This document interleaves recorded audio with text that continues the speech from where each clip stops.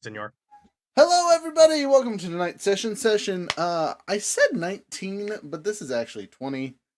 I'll have to update that later. My bad. Anyway, uh, let's do stuff and things. Quick intro, quick recap. Session 20, Arc 2. We're officially starting Arc 2 as of like 4 sessions ago, but I started updating it on the YouTube last session. So, check out the new cover art for that. Anyway, we're missing some people tonight. Some of them might be coming a little bit later, but I haven't got any responses. But for now, it's just the four of us, and we'll rock and roll with that. If you would be so kind, Frozen, take it away and introduce yourself. Then we'll go to Lawrence, and then we'll go to Iron. Or in this case, sorry. Everybody, I am Frozen Dad. My character is Folgash. Many of you will remember I'm a half-orc fighter who specializes in the glaive. And now with our new level, I'm kind of a badass.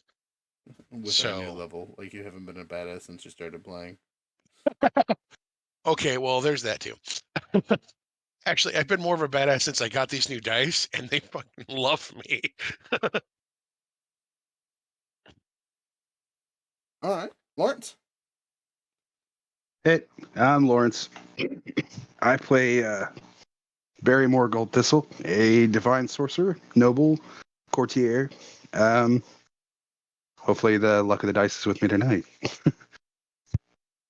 Hey. Important. All right, last but not least, Iron. Hey, this is Iron Bull playing Rhett Stonybrook, the half-elf bard / scorpion rider / lady killer. And it's been a while, but I am back. Good. It's actually really, I mean, in game, it's only been like 2 weeks. Oh, well. IRL, it's been like a month. So you really haven't missed much on either end, story wise or for funsy wise. So don't feel bad. So, can someone give us a quick recap of what happened last session? Yeah. Also, be warned, y'all. I got new maps, so I will be testing those out tonight. So prepare for physical difficulties. I'm always ready for physical difficulties. And technical ones. He's not here tonight. So we arrived in an elven city. Okay. Though I can't remember the name of it right off the top of my head. It is Alpine. You guys are Alpine. Alpine in the right. Alpine Forest. And remember that it was very beautiful, and it looks like they had some druids do some work a long, long time ago to shape the trees and the everything into the houses and the bridges, and very stunning. And then while some of our party went shopping, Marzex and I went to the fortress palace and reported on the royal family members, the royal siblings that had been killed, or rather that were no longer among the living, and received a reward for it, as well as a date to meet with the ruler, a very nice, young-looking, very older woman. And bring Profi when he's visible and not hiding in the shadows. Then we went back, hooked up with everybody, did our nightly thing, and a couple members of our party got really way too drunk, along with a dwarven buddy, and got into some antics. And when we woke up in the morning to go like collect them, that's when King Gobbler, the Goblinator, big giant angry turkey that made cockatrices showed up in the middle of town, and we went and fought it and defeated it before we all turned to stone or fell asleep. Although most of us fell asleep. Yeah, I was gonna say, I think there was only one, maybe two of you still up. I think it was me and Kettle that were still standing when we finished him off. The New Verdun too, right? It was basically the three marshals came back up. Yeah. I forgot about the New Verdun. Yeah, she was there too. Marshals He for the was win there. again. All right. Well, I am missing a dice, of course, but I have the majority of my argument dice. Who would like what color this week? So, who was here first? It wasn't me. That would be me. All right. So your choices are red, blue, green, orange, or black. My yellow one was here last week and has disappeared somewhere into my room now. We found the red one. Lost the yellow one. I would like the black. All right. You are the black dice. Next up, who was here next? That would be me, and I will stick with blue. You are the blue. All right. And then Lord Gold Thistle, if you will be so kind, what color would you like? Did someone pick black? Yes. Oh, red. Red has not been chosen. You are now red. And this week, I will be green.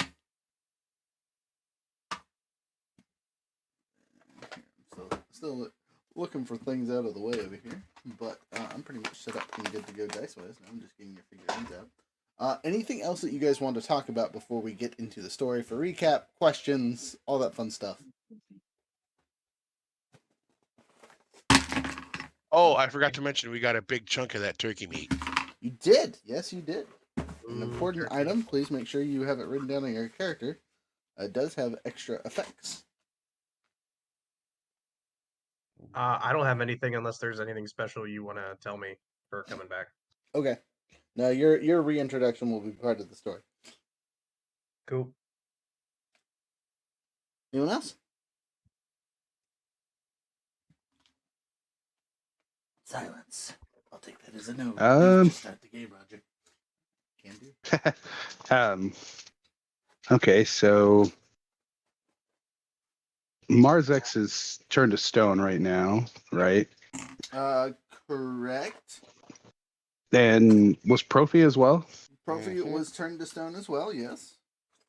So we and then Gold Thistle was put to sleep. Yes. Yes.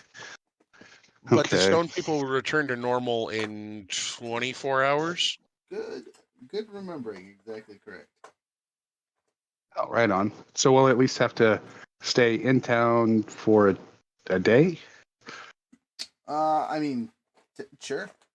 Except for the person who's knocked out, he'll wake up in a couple hours.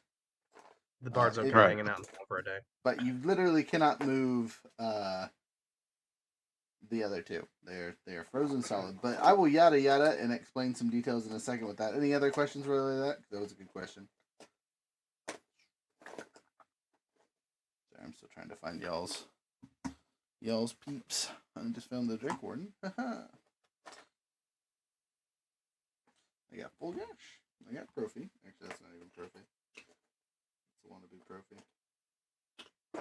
Oh, as far as the Druid Grove that we were supposed to find, we did gather information, didn't we? Yes. Yes. That's it. Do you remember what you gathered? I believe I was somewhere else. I think it was Marzex, Profi, and Fulgash that were in the area where the information was collected. You are correct, because it hadn't actually technically been gotten yet. It's part of our meeting with the ruler lady. Yes. I want to call her a queen, but I don't think she actually introduced herself as a queen. She's not, because technically she's a noble. Oh, and then Marzex had that late night meetup right outside of his room with her dad, who turns out to be some fucking hero of age, Allegedly. and agreed to basically leave us be and give Profi a chance to prove that he's not like the rest of his family. Yeah, boys, it's me, the good guy. All right, so going through my character tokens that I have here today, we got the Bard. Hello. We have, I don't have the Scorpion out, but you know what? We're not going to worry about that right now. We have our handy dandy Barrymore. We have Full Gash. And we got the Profi, which I'm pretty sure that's who I've been using for my character token. If not, whatever. In the background, I got Marzex, our Verdan, who's why can't I remember their name? It was a good name. Thread, Thank right? you. Yes, it was. So I got Thread, I got the robot, and I have the Dragon Rider. So if you guys were all actually here, we'd have a full 8-man stack, which would be quite the adventuring group, and I would feel confident throwing Evil Death Dragon at you. As is, I might still do that for dramatic sake. But the entire party group grumbles, don't do it. We don't want to die. The poor trees. They don't deserve this. Okay, so, now that I get most of my junk out of the way here. Oh, except for I need that uncovered so I can get to my dice tower. Rain? Okay. Anyway. I have my dice. I have the things. We're good to go. So, you guys, we're going to yada yada through those first 24 hours and restart with Profi uncracking. You guys have been given no reward for defeating the cockatrice besides collecting the stuff, and your handy dandy new friend has been arrested for releasing the cockatrice in town, even though it was on accident. How do you guys feel about that? Dwarf or Thread? Huh? The dwarf. The or dwarf. Thread? Yeah. Your friend, not your party member. I mean, personally, I have no ties to the guy, so I don't really care. Okay. The totally okay attitude to have for random dwarven citizens that decided to go drinking with y'all. Hey, I went to bed and cleaned my gear and I was responsible, dang it. Okay. If you guys don't have any major objections, we'll just let that be. If you guys come back to it later, you can. But I think all the people that cared about that character are actually not present currently. So. I would like to yada yada sending a message to said ruler lady. Okay. Just to let her know what occurred so that we can postpone our meeting until Profi is not stone. Okay. So you contact one of those messenger peoples. One of the ones that you overpaid excessively yesterday does it for free for you. And he runs up to the capital to deliver a message. What is the message that you send? I forget her name. Lady Alpine is the easiest thing. Lady Alpine, yes. Lady Alpine. I am incredibly sorry, but it is with greatest apologies. Full Gash isn't the greatest with words.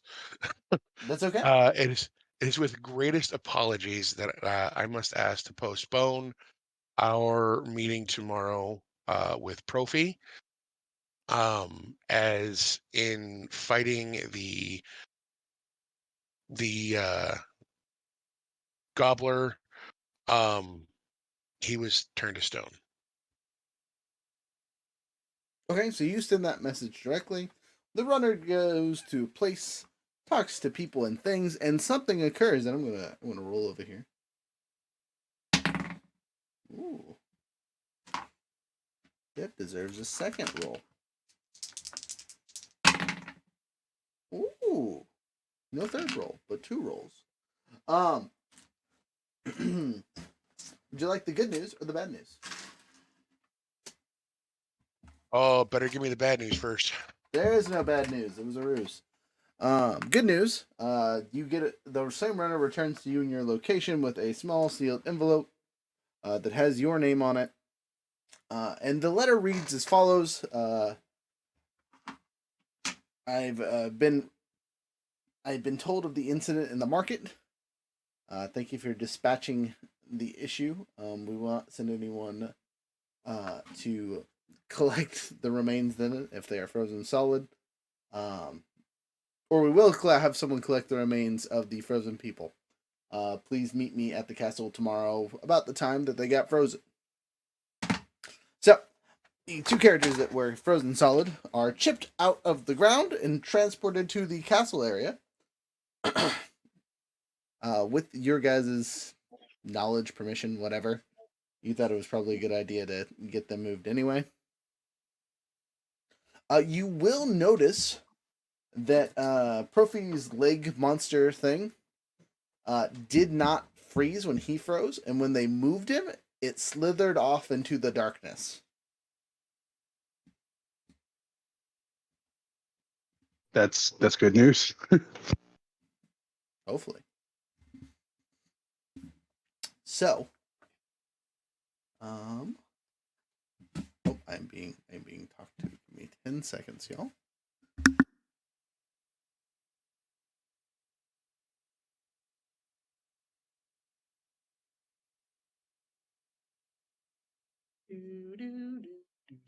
They do love me. They gave me food.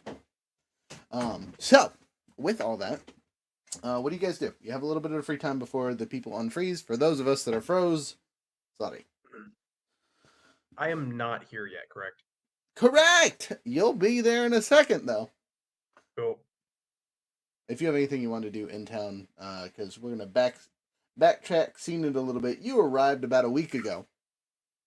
And have been hanging out in Alpine for a bit, doing your thing, making friends, teaching the Scorpion cool new tricks, mostly buying armor for it. Did you make your decision on how you wanted to deal with the armor, by the way? Yeah, I'm just gonna do all scales. Okay, so you used all your scales, and basically, instead of paying gold, the remaining scales that weren't used for the armor were used to pay for the job. Okay, that's fair. Um, Yeah, I think the only thing I would have been doing in town probably would have been trying to make some money, like playing at bars and doing acting stuff and whatnot. you did so, and just enough to keep you kind of where you were at. Didn't really gain any money, didn't really lose any money, except for one night where you had a glorious streak at a local gambling den. And of course, the next night when you came back, you lost it all. So, you win some, you lose some. Yeah, it happens. You also have gotten into several fights along your journey and conned several people to explain your level ups. Okay. As a character or as a player, feel free to make up a fun story to tell what kind of monsters you had to fight to get stronger. Speaking of getting stronger, your armor that you have now given to your Scorpion, who already had a natural armor because they're a Scorpion, won't really gain benefits from the armor itself. Because I don't remember. What's the Scorpion's natural armor? I honestly don't know. I'd have to look it up. Like I said, I'm operating without my notes right now. So You fool. All right, I can pull it up really quick. okay. I want to say it's around like 12 or 13, but I'm not 100%. Okay, so the armor again might actually be better then.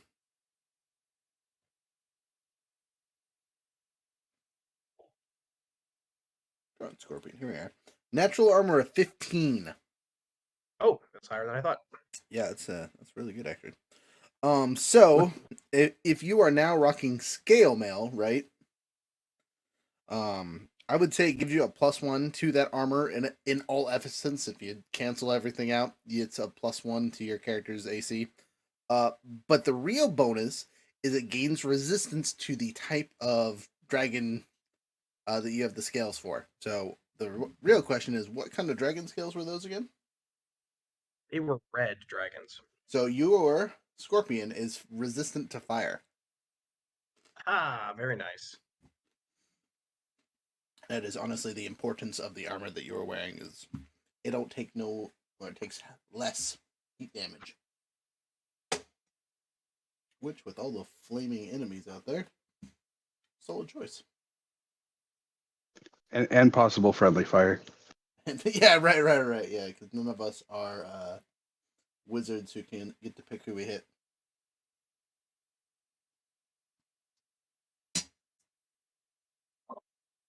Excuse me while I shove food in my face. Oh, he's got the fettuccine. It's spaghetti, actually. Oh. Just with butter and cheese sauce instead of tomato, because tomato sauce hurts my tummy. Anyway, so as you guys are doing stuff and things, Rhett,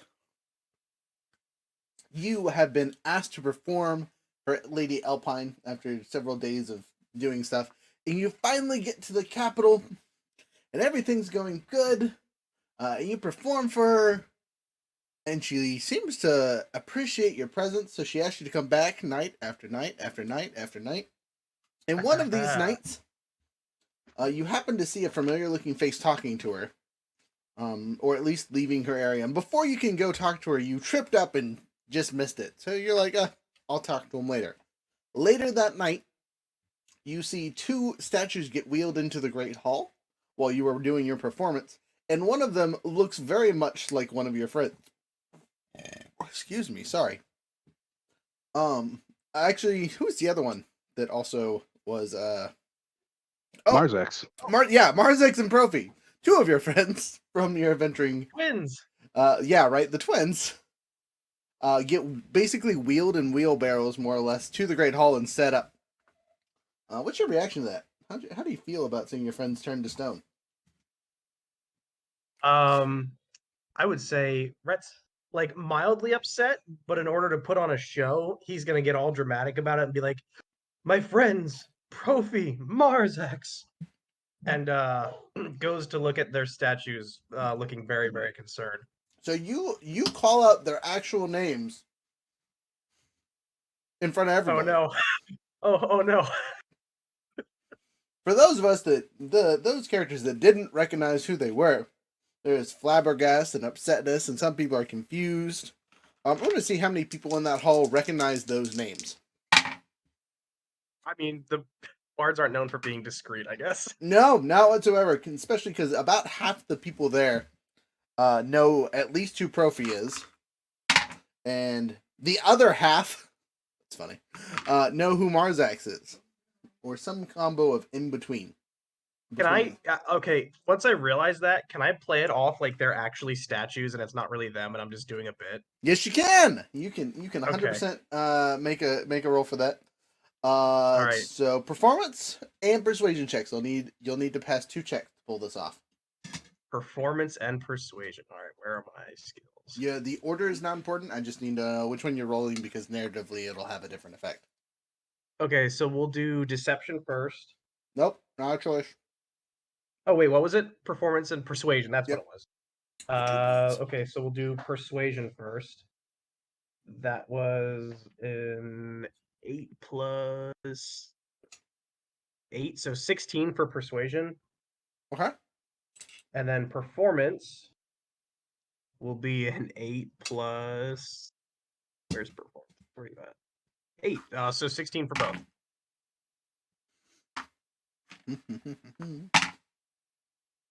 Okay, so I'm doing math. Okay, cool. So on both of those checks, you were able to persuade the people that knew the names. And you start off with, "I'm sorry, it just looks like Prince Profi. Don't worry about it. This is really a statue. But let me tell you a story." And you start to do your performance, and you sing your song, la-di-da-di-da. Everything is good in the world. And people kind of relax and calm down and aren't freaking out about there being a prince who's been turned into a statue in their city. Because, as you will hear throughout the night, the gobbler attack is pretty big news. Generally animals don't break free in the city, and generally they aren't that dangerous if they do. So this thing was a giant turkey? Yes, a giant turkey. Wow.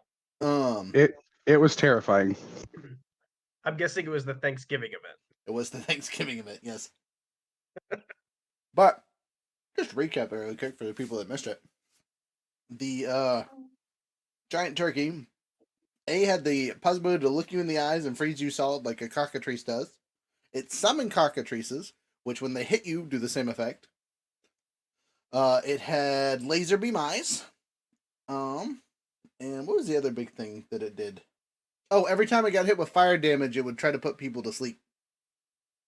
Oh wow. So we had a very fire damage happy character, and he got put to sleep eventually. Yep. I wonder who that was. Oh, and all the people were trying to eat us too. Oh, right, yeah, they went into a frenzy. Yep.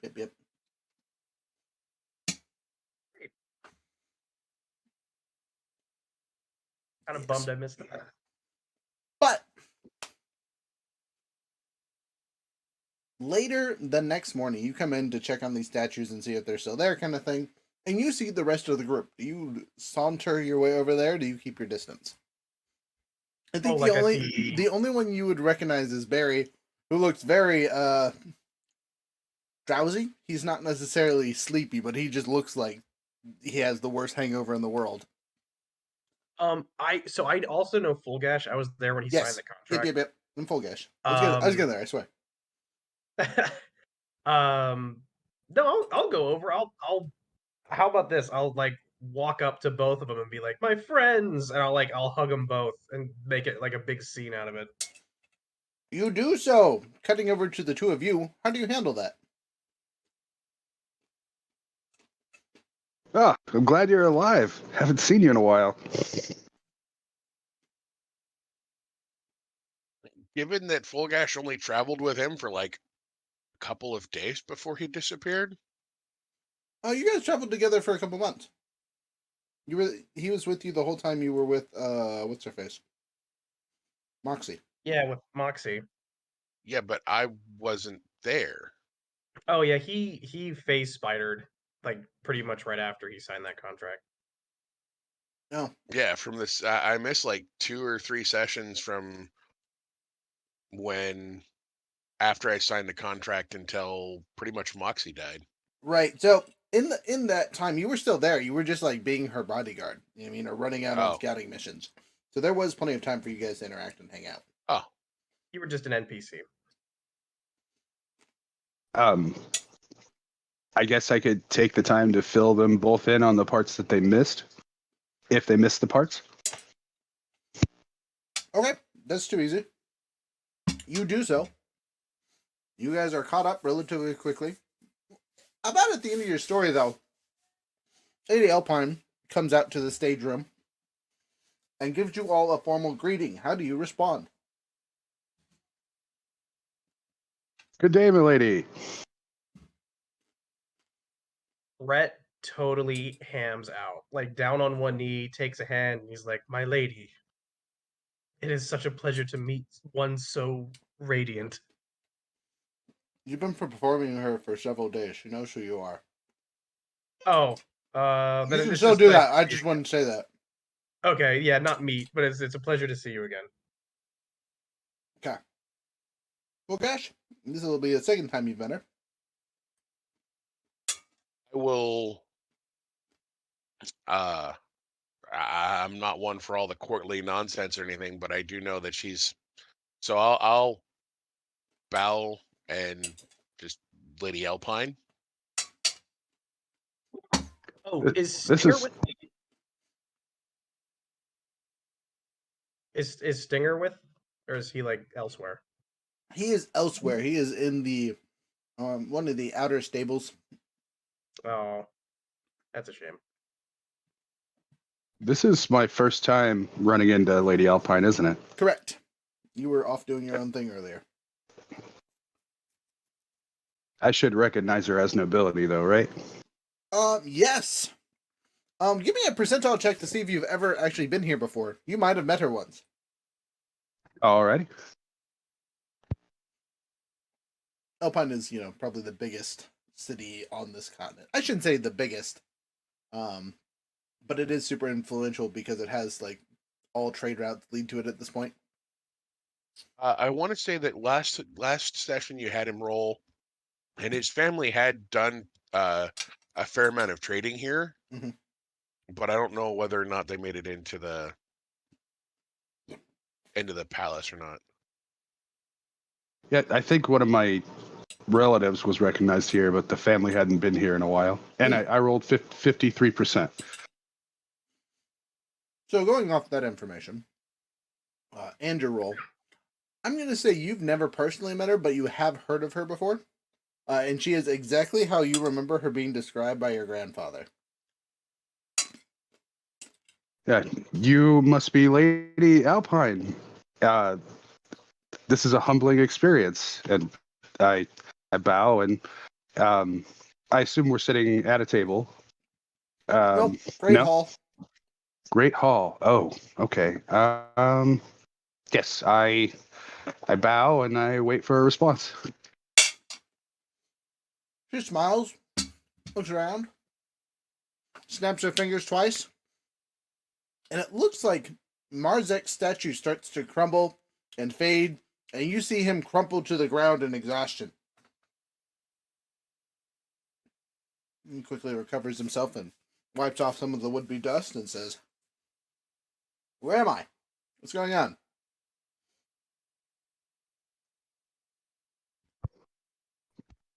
You guys say anything? Marzex, you're in the Great Hall in front of Lady Alpine. Oh, don't say his name. He turns, looks, and goes, "Ah! Lady Alpine. It is good to make your acquaintance again. I believe the last time we talked was quite some time ago." She looks at him. He looks at her. She makes an 2 days, insight buddy. check. Just 2 days. Did he actually talk to her? Yeah. Oh. Yeah, it was me and him that went and gave the report, and you snuck in following us. Right. You're right. After a couple seconds of recollection, he remembers he had seen her a couple days ago, and she shakes her head and says, "Doing all right there." He replies, "I believe the stone may have jarred the memory. I apologize. I'm going to join my friends now, if that's all right." And he walks half the Great Hall back to you guys. Profi's statue still stands there in the center, and she looks down and says, "Well, how long do you think till he snaps out of it?" Knowing Profi, ma'am, about the time he's good and ready. Brett also hugs Marzex. I'm gonna roll this one. Give me a second. Marzex is Brett, surprisingly okay with it. Whoa. hey, we're buddies. Like, he doesn't say anything positive, but he doesn't blast you into nothingness. So, you know. I think you surprised him more than anything. Also, I'm going to ask it now because Rhett will have been trying. And the time he's been performing for, what's her name? Lady Alpine. Lady Alpine. Has he, like, I'm using air quotes, performed for Lady Alpine? Because A he would solid absolutely question. Let me give that a roll. Whoa. Let me give that a roll. No. Ah, all right. No, you have just been regular entertainment. Regular. You know, it's special in your own way, but not that special. Ouch.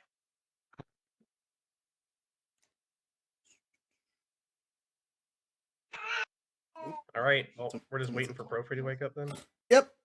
She takes a couple more seconds and snaps her fingers again and says, "There he is." And just almost on cue, you see Profi like collapse in a clump on the ground after all the stone falls off, and he stands up for a second and then screams loudly and falls to the floor again.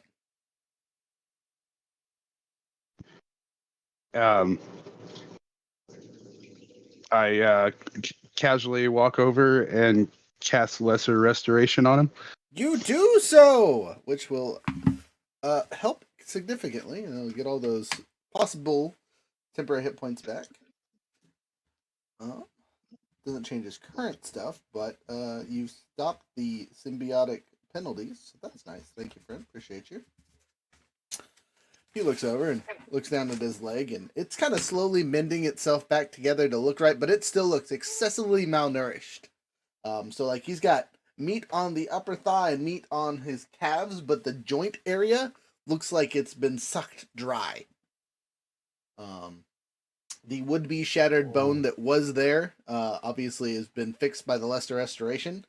But you guys can see where it broke in at. Like there was shards sticking through his legs, so a whole bunch of his skin is gnarly and bleeding. It's not a pretty sight. And he looks to be in a bit of pain. Will someone drag him maybe out of the way? Yes.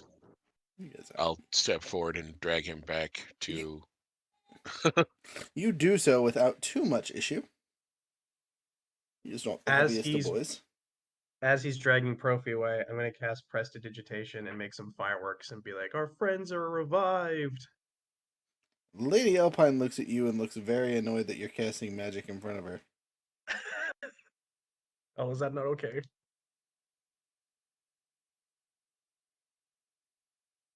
I was surprised that the sound of fireworks didn't bring guards into the room. They're already in the room, and they definitely Oh. looked annoyed to say the least. But Lady Alpine kind of waves them off as they kind of go back into their spots. You guys probably didn't even notice them, as if they were blending into the shadows themselves. Totally didn't. I just assumed it was us and Lady Alpine. Terrible assumption, to say the least. Anyway, I'm after telling you. Profi stops crying, she goes, "Well, Prince, that was quite the entrance. I see your party I'll help him is- stand when he's ready. He's using you as a crutch currently. You're pretty sure he I will can take- walk, but this might just be for dramatic purposes because he started off screaming like a little girl.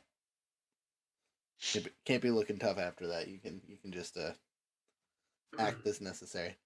Anyway, she goes, "Well, I'm sorry you were injured and hurt in my fair city. It is good to see you again. I believe last time I saw you, you were 5, 6, somewhere around there. You were a small child. It wasn't too long after you were born. I do remember that. Your father made the rounds with you, and as soon as you were quote-unquote travel ready, and all the nobles got to see your face like they'd seen all your brothers and sisters' face. And now, you all are killing each other, allegedly. Quite wild. So, you have brought him. I know he's alive. I will ask the group of you a question. Profi, you are to remain silent while I ask him these questions. Is that understood?" Profi kind of nods his head. You notice, do you guys want to roll an insight check on that response? Yes. Please do so. Sure.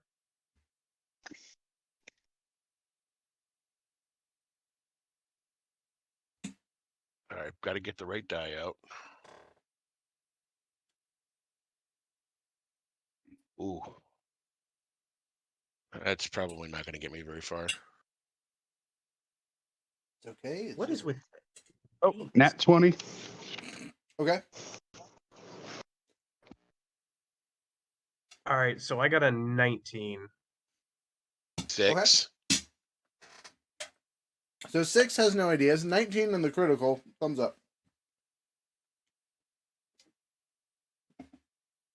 So Profi's response seemed almost automated. As if she had said or done something that made him snap to would-be attention. He is hyper-focused on what she's saying, like looking her dead in the eyes as she is speaking.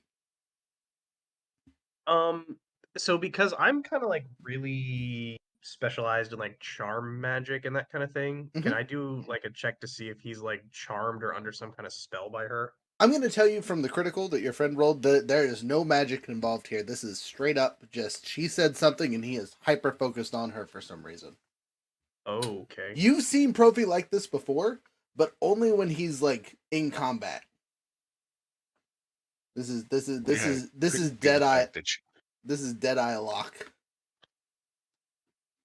Couldn't be the fact that she could wipe the floor with all of us combined. Profi did warn you all of that later. But again, this thing like because a second ago he was kind of like leaning on you and acting hurt. What I mean, trying to play off that he was being weak, and as soon as she said those words, he like you felt you folding him, felt the tension. You only rolled a 6, but you could feel the body posture change, for sure. That would definitely make me more alert and paying attention. Rhett is just focused on Profi trying to figure out an avenue to get a hug.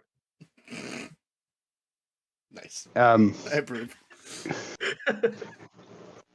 Can I subtle spell cast guidance on Fulgash and just like smack him on the shoulder and be like, "Yeah, go ahead and tell her."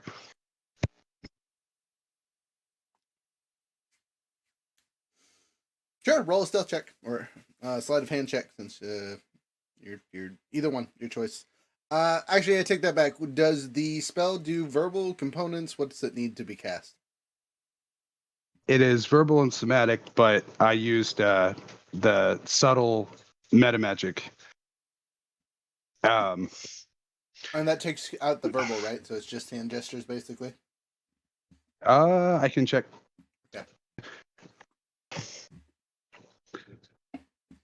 And then I'll check this. I just don't remember what it does though. Yeah, I believe the guidance requires. It's touch. That's why I smacked him on the shoulder. But I'll check the. Okay. So since you're really just having to touch him for the bit, go ahead and make a stealth check to basically cast your incantation quietly.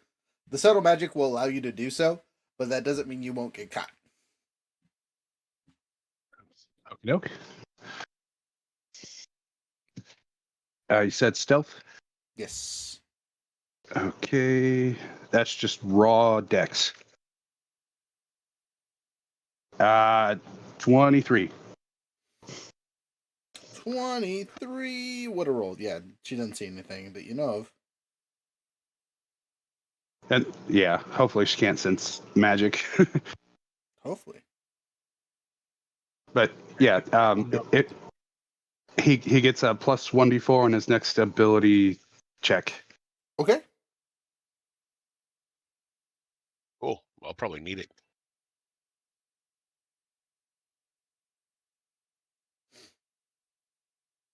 So, side note, when you cast subtle spell with the meta magic, it completely removes the need for somatic or verbal components.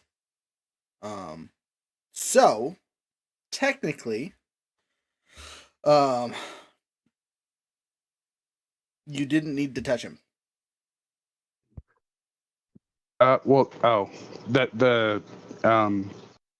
The range is touch though. I didn't know. Okay, so my apologies then. You wouldn't have needed to roll for it because it doesn't have any, you don't have to bring out any materials or anything else. Yeah, it basically just lets you cast it without the somatic or verbal. Interesting. Okay. I thought it only took out the verbal components, and I thought you still had a hand gesture, but maybe it's changed. That's fine. Don't worry. Extra good rolls for no good reason. You succeed. He has guidance. Lady Alpine looks across the thing, stands up, and gets closer. And as she gets closer, she gets less imposing.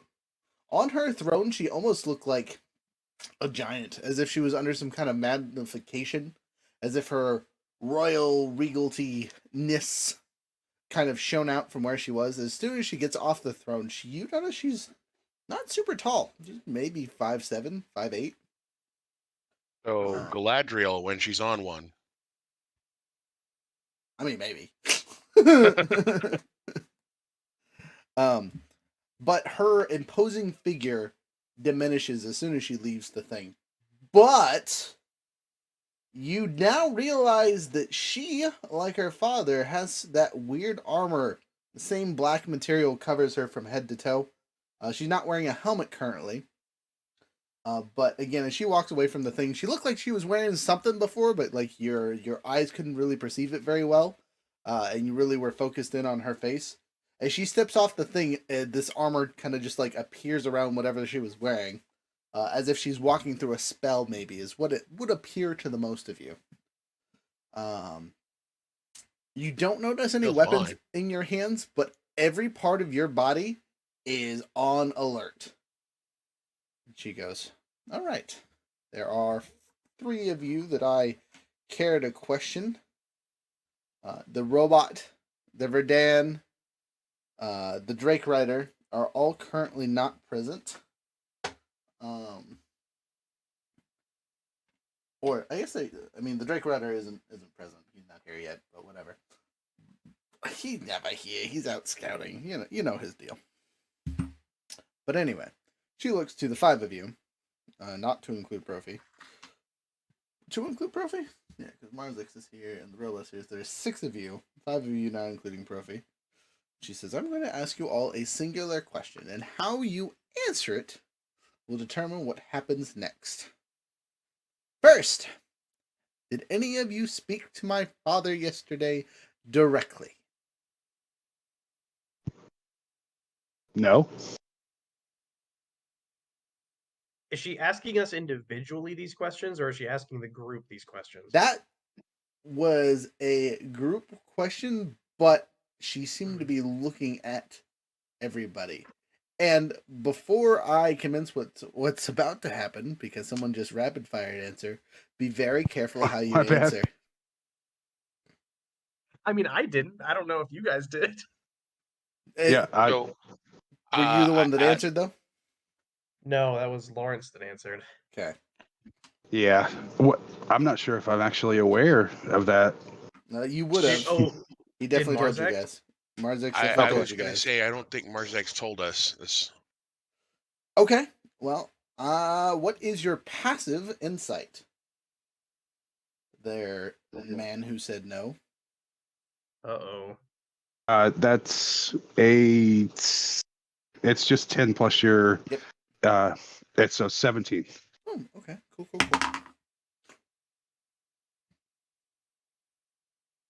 Okay.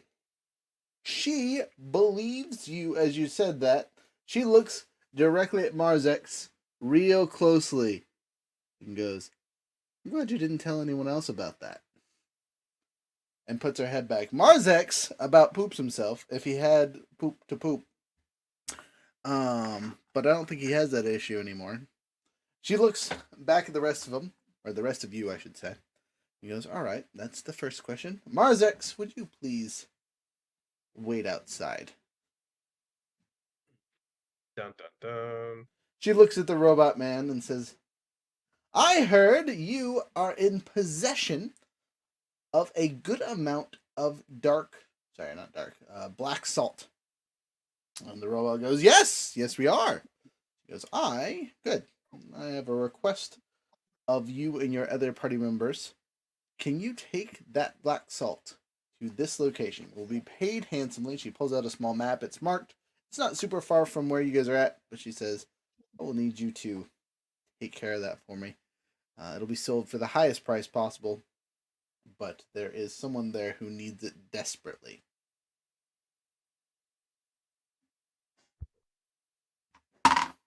The robot fumbles terribly and oh, okay, I'll take off now, and just runs out of the room at full speed. He will be acquiring the Verdan and Marzex. He actually grabs the Verdan was there too. I totally goofed. He grabs our handy dandy friend and Marzex and basically just runs out of the room with them before she can tell him anything more. She goes, I would have sent all of you, but I guess those 3 are going. She looks over at Rhett. Says, how long have you known these adventurers? You haven't mentioned them in your songs yet. Though yesterday you seemed relatively friendly with the statues. Time is sort of a tricky thing.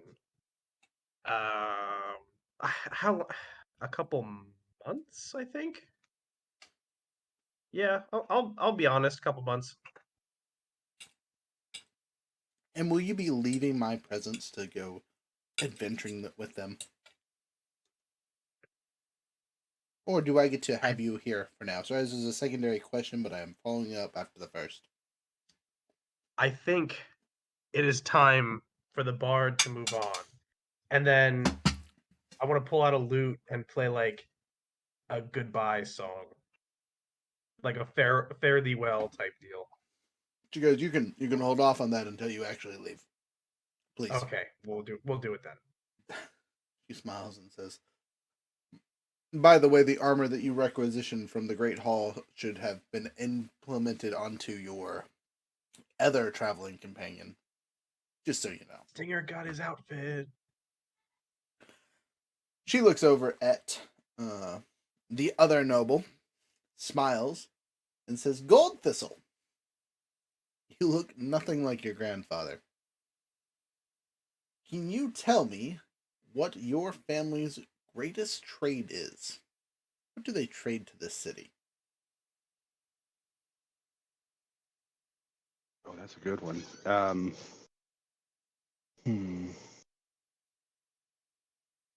Yeah, I didn't actually dive into the what their court functionary trade was. Their hmm hmm hmm. Alt See, there. merchants. Would you like the DM to give you a couple suggestions? Yes, please. I'm struggling here. So, with your name being Gold Thistle, you guys are two parts, right? One part of your family owns several gold mines in the capital continent, and literally thistles out gold, right? So they're gold stringers, they're gold chain makers, that kind of thing. They're jewelers. But the other half is medical herbs. So you guys started out growing and selling herbs and shipping them all over the place. And that's how you made your money. Then you bought your things, and then you acquired the gold, so on and so forth. Your family crest or symbol or whatever is a gold chain with this herb in the center of it. It's called a thistle star. We'll call that because that sounds great, right? Hence the name Gold Thistle being your adopted title once you guys claimed nobility 100 plus years ago. All right. So, Then what do you I would ship respond. Gold trade and occasionally herbs.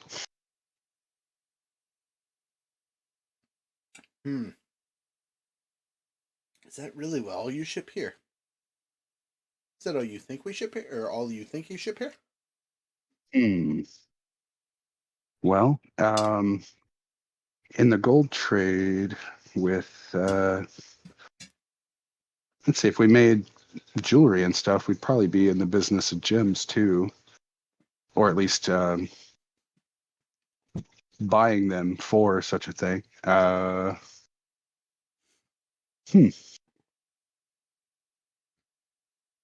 Would that be appropriate? You think gems as well? Gems as well. It's like that's the only thing your family sends here. Interesting. Well, I'll leave that for you to discover later on. Then she looks over at Fulgash and says, "Fulgash, would you entertain me with trying to strike me once?"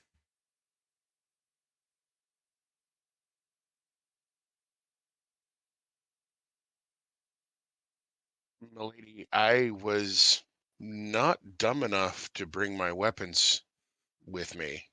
Oh, well, all you have to do is ask politely, and I can fix that for you. They won't be your weapons necessarily, but something is better than nothing. If you have a glaive, ma'am, I would be happy to try to entertain you. She says, "Do I have a glaive?" And she smiles and flicks her fingers, and as she does so, bow appears out of nowhere, basically. It's made of the same material of the armor that she is wearing. She goes, "Yes, I think one of the guards has a glaive," and she snaps her other finger, and you see a glaive get yeeted from the side. It lands by your feet. That's a little frightening. Rhett gets I said out away of from it. character. Out of character, that's a little frightening. Um, So I'm getting this is not my glaive, so it's not a +1. Correct. Okay, got to make my corrections to my math. I will assume a fighting stance. You do so. She smiles and doesn't seem to be changing her stance whatsoever. I'm guessing this is not an initiative thing. Nope. She's letting you take a swing.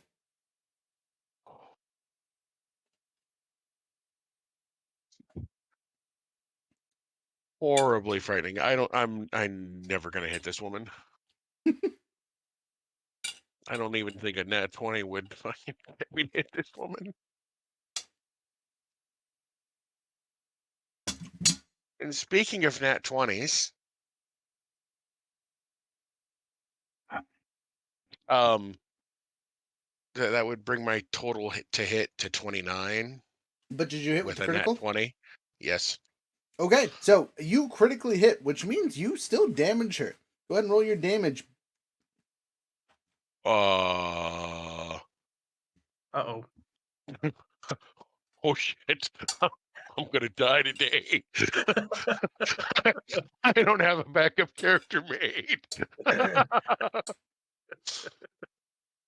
I can revive you if that's the case.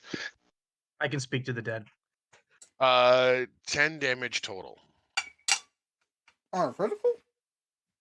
Oh Wait. fuck! I totally forgot critical. And you're a half orc too, right? Yeah, that means I actually get 3 die. And a story effect. But don't worry, that's coming. Hello, friend. Sorry, I just saw your message. 28. 28 points of damage. You slash her and hit her in the... And that was only one attack too. I technically have 3. Kill her right now. You hit her in the left hand, right? So in her free hand, you take a swing and she just stops it. And you can see blood drawn from whatever armor she is wearing. And it seems to just like stitch back up. Goes, nice. If you don't mind me saying, milady, you are terrifying. You haven't even seen me take a shot. As she's holding your weapon in her hand, she picks Oh her my foot God. up and an arrow appears at the bottom and she shoots her bow with her foot. Oh dear Point Lord. blank range. You're standing there just in your glaive reach. So you're, 5 squares away. So she doesn't have disadvantage. Oh, I'm about to die. Well, that's rude. She invited that. She did. Fair She say, didn't though. say she never said she was not going to hit back though. I'm assuming a 26 hits. No, you absolutely meant no. Yeah, that's only 10 above my armor. Yes. Sorry, we were looking for a 27. Yeah, whatever. So, and I rolled chest, so that's hilarious. So, as this arrow strikes you dead center, no problem. It doesn't hurt.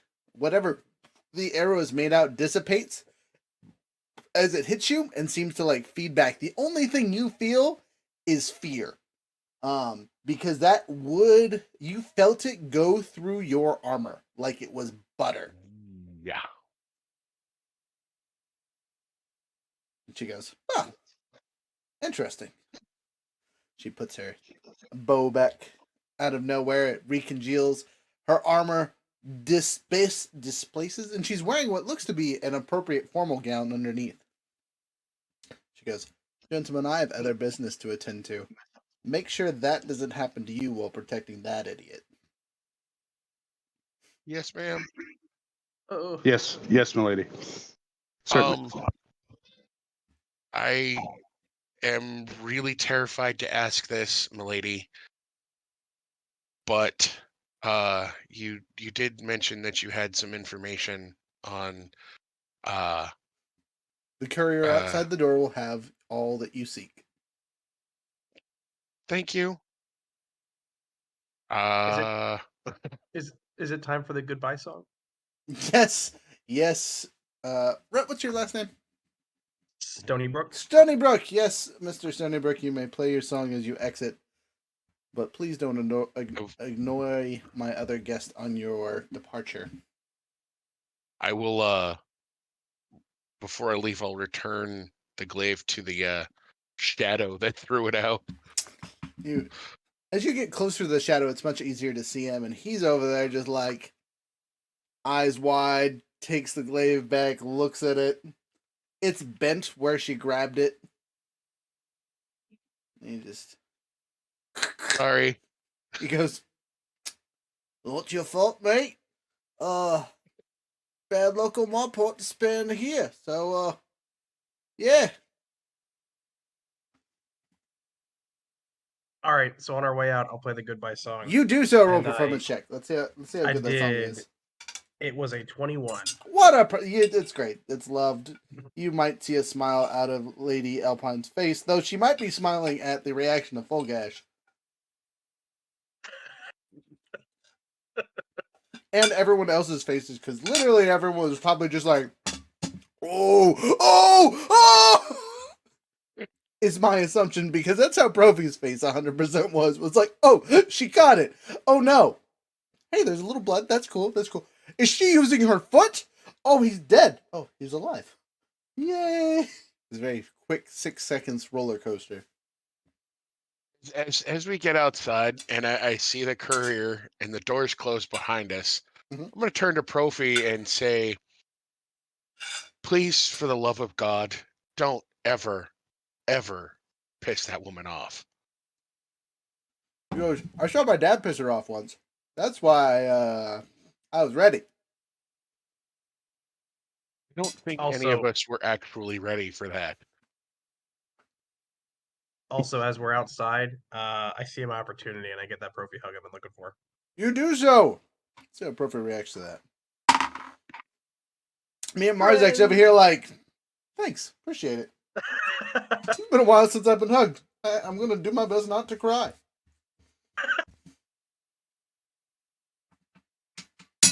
So, excuse me. Awesome.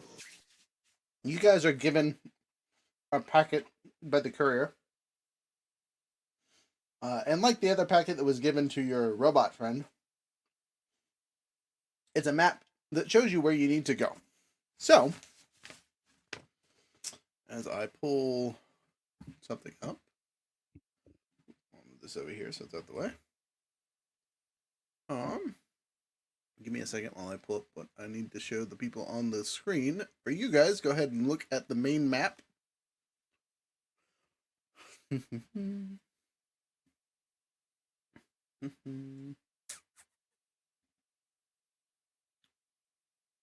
Maps, where are you? Doo-doo. Ha! 2.0, there we are. So, for those of you watching on the online bits, we are currently here.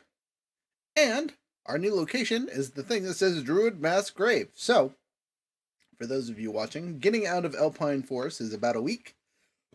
And then it's another week to a town called Finn, which some of you might have heard of. And then it's 3 squares, so 6 or 3 days, depending on whether or not you're riding animals or not, to Hedgegrove. And then from Hedgegrove, it's 7 days, or 20 or 14 days, depending on the animals you guys are riding. So it's about a 3-ish week trip, right? Because from Alpine 1, 2, 3, 4, 5, 6, 7, yeah. So it's either 2 weeks on foot or 1 week on horse from Alpine to Fen, another couple days to the Grove Ranch, and then from the ranch to the Mass Graves is another week. So you're sitting at, 2 plus 17. So it's like 17 times 2, whatever that is, 30. 34. Something. Thank you. 34 days of traveling if you are on foot. Do these guys have mounts? Do the rest of you guys have mounts? Elephants. Yes, we have elephants. Oh, but right. but the salt was loaded on the elephants. Correct. And a very scary robot is going to take all said elephants to deliver the salt to his location, which is about a week in the opposite direction. So, Well, Well, I tell you Some what, of us. fellas, I got it in at the stables if you want to come find some mounts. Oh, yeah. Barry has a sudden revelation and then starts checking out everybody's equipment from Folgash being struck. Okay. Like looking at their armor. Okay. What about their armor are you checking out? If it's top of the line equipment or not. So Oh, I can go through and give you your ratings real quick for the 4 of us that are here. Starting with Profi, he is wearing basic leather armor. It's well made, but it's nothing special. It's just leather armor. He looks to be wearing some really nice bracers. But that's really it for defensive equipment. So he could use some studded leather. I'm pretty And sure I'm wearing mithril scale mail. oh, so that's pretty good. Yeah. It's what's Folgash wearing? Adamantine chainmail. I was gonna say the best armor that any of us have. Right. Hey, I busted my ass for this Yes, armor. you did. It was a And whole several plot line. other asses. It was a whole plot line to get you that armor. So enjoy it. What's the armor class on that? On mine, Yeah, like what does it give you? I have a 16 AC, but I'm immune to critical hits. Oh. Okay. Is it only a 16? Because I thought it had the like a +1 armor to it. Nope, it was just because I couldn't afford the +1 at the time. Okay. So it was just regular chainmail that was adamantine, and it had his logo on the breast. Oh yeah, tournament winner. 'Cause I kept showing it off throughout the whole tournament. Correct. Yes. Okay. So yeah, that's our ornament. And then Barry, what are you wearing? Nothing. Use magic. He says, "I'm not naked, but I'm pretty close." Yeah, pretty much. So if there's time, I would look for some better light armor for the handy dandy rogue. I am going to say that the getting to this grave is probably more important than anything else, and we are going to want to get out of here. Oh, right on. Oh, no I shotting. would like to put in a request because we skipped the day. Would it have been? Oh no, never mind. There wouldn't be time for anything to be crafted. Correct. Never mind. You can find some armor that might fit him, or find some magical armor that he can attune to, that would eventually fit him. Well, no, my question was about upgrading my my glaive. Yeah, no, there's no time for that for sure. Yeah. I have a giant penguin costume if Profi wants that. Nope, I think I'm okay. Says Profi in character as you offer him the penguin costume. How about Yeah, a beaver? I have let's collect the rest of our gear and go see about finding some mounts. You do so. Relatively simple. You get to where the mounts should be, and there are plenty of them. You guys see the now familiar face that is Stinger. Oh, there's the good boy. This giant scorpion acts like a dog for some reason. Him and the bard are just best of friends. Also, he is awakened now. So Ooh. he has a level 10 intelligence, and he speaks a language. What language does Stinger speak? He speaks Dwarvish. Oh, Wonderful. Just for comparison's sake, when we talk about languages, Dwarven is Spanish. Yes. Donde está? Donde está, mi amigos? And it fits perfectly with our theme song. Oh, that is perfect. Wow, that's actually one of the languages I know. I know it as well. We can all converse. Really? Yeah, me too. That's hilarious. I picked a language I thought no one would know. Nope, we got it No, all, no one would know. baby. So I mean, to be fair, Dwarven is one of the 3 primary languages. So Yeah. it makes sense that we know it. But I'm pretty sure there's other party members that don't know it, so that'll be fun. Anyway, so the Dwarven speaking Scorpion takes off with you guys. Now, you guys want to buy mounts, I assume? Yes, Um, since my horse was lost. yeah, probably something less exotic. A fast horse, maybe not a battle ready one, but a fast one. Okay. So you don't want a war horse with armor and all that fun stuff. You just want a draft horse to go fast. Yes, I wanted to live. Please, stay alive. Okay. I believe, if I remember correctly, sorry, messing with something. That draft horses are 65 gold apiece. Well, I So- think no. Rhett could talk that down a little bit. I mean, maybe. But that's their quote unquote base price. It will include all their bridling and stirrups and all that fun stuff. Oh, if Rhett's going to barter, then I'll cast guidance on him. You do so. You now have guidance on you. Guidance Rhett's on about player to- number 1 was unused and is gone now. All right, Rhett's about to barter. Ha right, ha! Bar jokes. So Don't forget to use your inspiration. yes. Okay, so I'm gonna go to the stable master, the groom, whatever it is. Sure. And be like, well, my two very esteemed friends here are looking to buy some horses, and you give them a good 3, yeah, there's 3 of us. And if you give them a good price, you may earn some noble favor. Wink, wink, nudge, nudge. Wink, wink, nudge, nudge. Make a persuasion check. All right, persuasion. Sorry, I don't have real dice, so I have to switch back and forth on the D&D app. Sorry. Come on, load. D20. Oh, that's a crit. What a time for a crit. Because that was actually going to be a really hard check because I rolled real bad for you. So with your roly-poly limonoli, you succeed successfully. And talk down the price let's find a legitimate percentage here. I'm going to roll a D20, basically, 2 D10s, and that's how much percentage he'll take off. So at most you could lose 20%, which will be like 12 gold, 13 gold.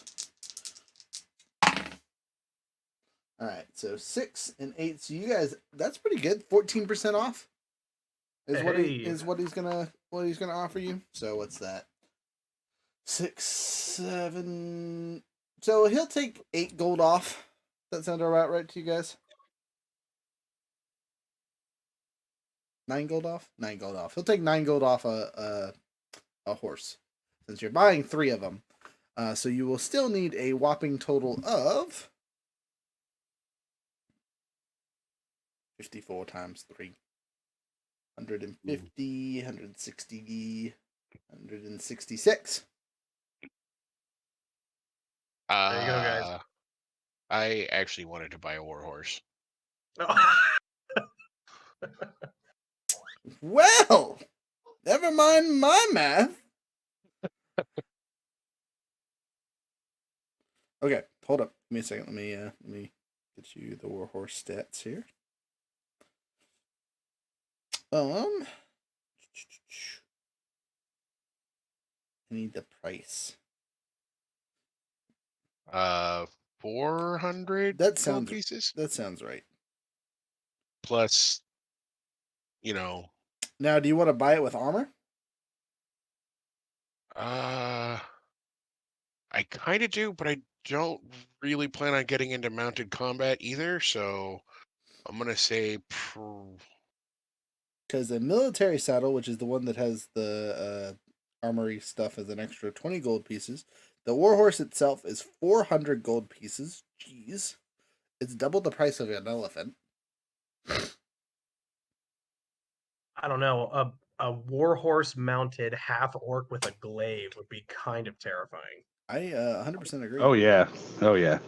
So, What would we be looking at for barding on it? To so include barding. uh, Let's say chainmail, same as what I'm wearing. so I'm gonna say with the military saddle and the all the other fun stuff here. 1 second, let me click the button Bit, and see bridle, what's it. saddle bags, you know. Also, there's the potential could like if Profi didn't want to buy a horse, he could just ride passenger with somebody, right? I am too proud for that. Things. Politely, Oh, you can okay, I'm suggest sorry. that. Okay, so You 420 is going to be what I'm going to say, and it's going to include the appropriate armor for the horse, which is why the horse is so expensive, is because it comes armored. Whereas the elephants, not armored and are expensive. The horse is armored and is expensive. But I'll be able to move faster than everybody else riding a regular horse. Correct.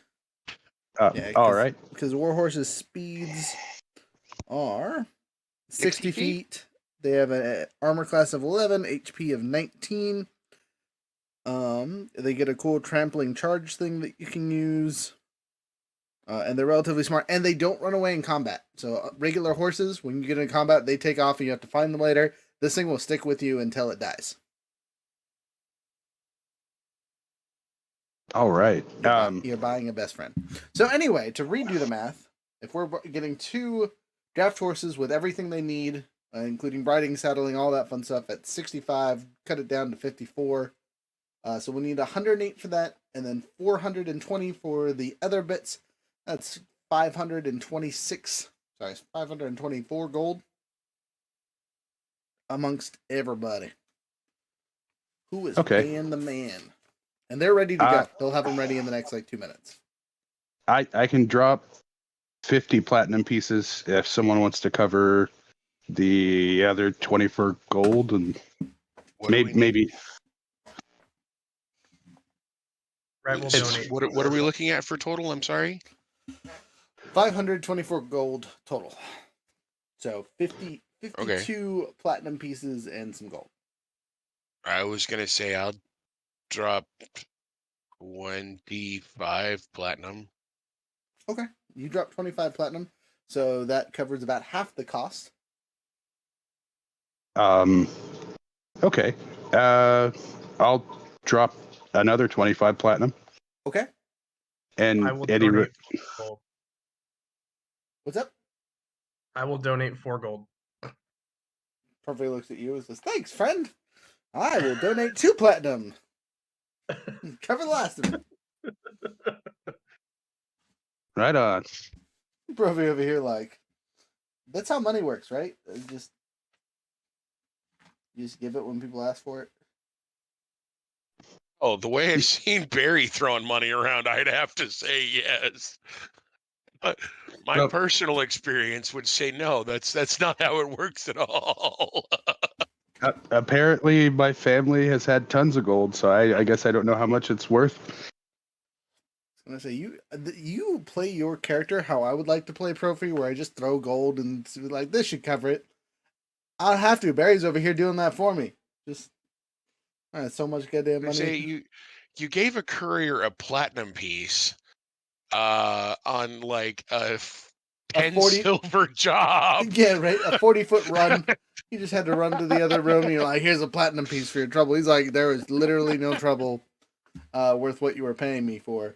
I would fight. I would fight a small demon for you, sir." I probably wouldn't win, but I'd fight it, dang it. Anyway, you guys pay for your horses. They're all set to go. You have plenty of food and feed and all that. That's all covered in the cost. With that nice discount he gave on y'all, you realize he didn't discount the warhorse whatsoever. He charged you full price, but the other 2 he gave you a fantastic discount on. And you guys take off. So, on a plus note, that does considerably speed up your travels. Oh, hey, someone else.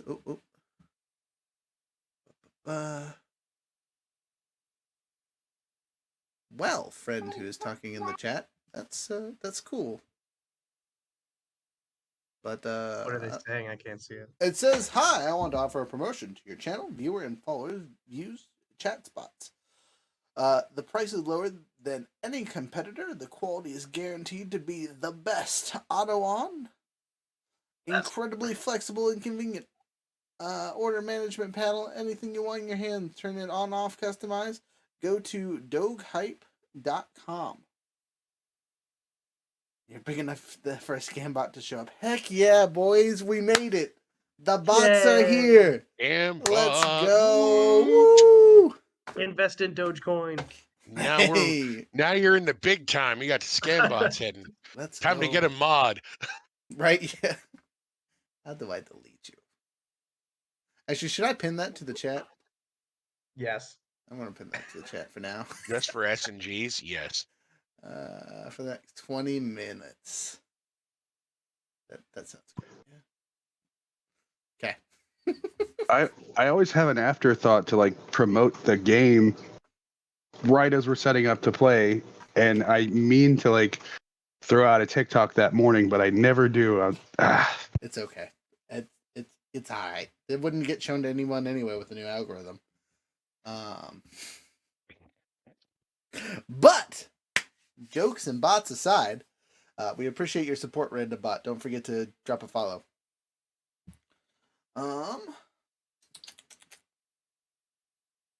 Where was I? Sorry. Elephant stuff writing. The map. So, we're gonna do the first 1, 2, 3, 4 days worth of travel to get to the edge of the forest because guaranteed event at the edge of the forest. So We're all gonna die. You guys will know that your friends that took off in the elephants are going to a place called Sorry, no, they're going up north to Emerald.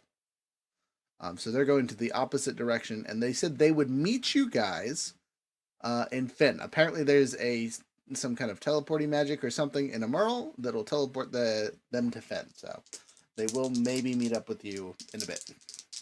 They're also taking the Dragon Rider with them at this point.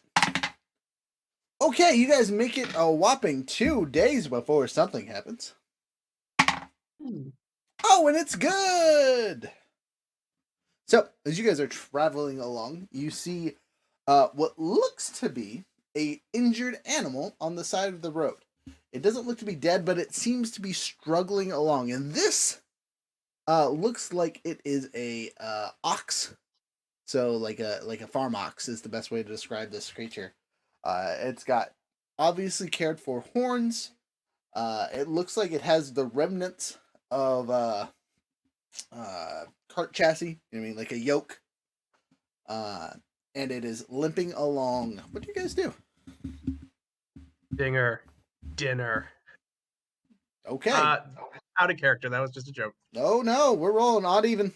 Oh no! Come on. Odd even. Oh shit! I'm sorry. Hey, look, it could make a good story. It's one time on the road. Ate a cow, Oh, baby. are you waiting for me? I'll say odd. Okay. Odd it happened, even it didn't. Oh no. Odd, you say, Oh, get no. him, Singer! And Singer goes, okie dokie, boss. Da, da, da, da, da, da. Ah! Make an attack roll. As Stinger. Oh, Does he claw the cow to death, or does he stab it with its poison? he tends to stab with poison first to immobilize and then eat. Okay, roll it. Oh my god. Hang on, I gotta wait for my d20s to load. One time at D&D camp, we watched a giant scorpion feast on somebody else's ox.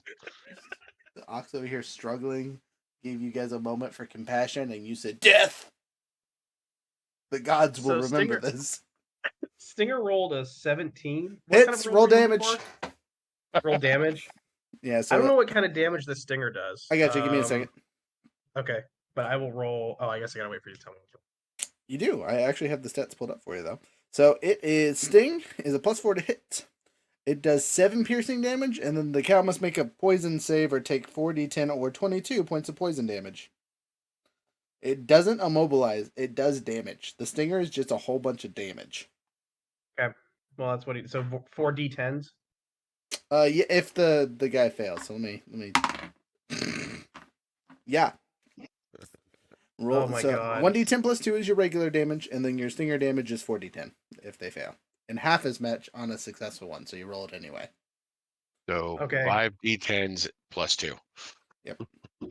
5d10s plus 2. Okay. 1, 2, 3, 4, 5. That's dirty, y'all. Yeah, Stinger's kind of a beast. So he rolled 35 points of damage. Cow. Look, let me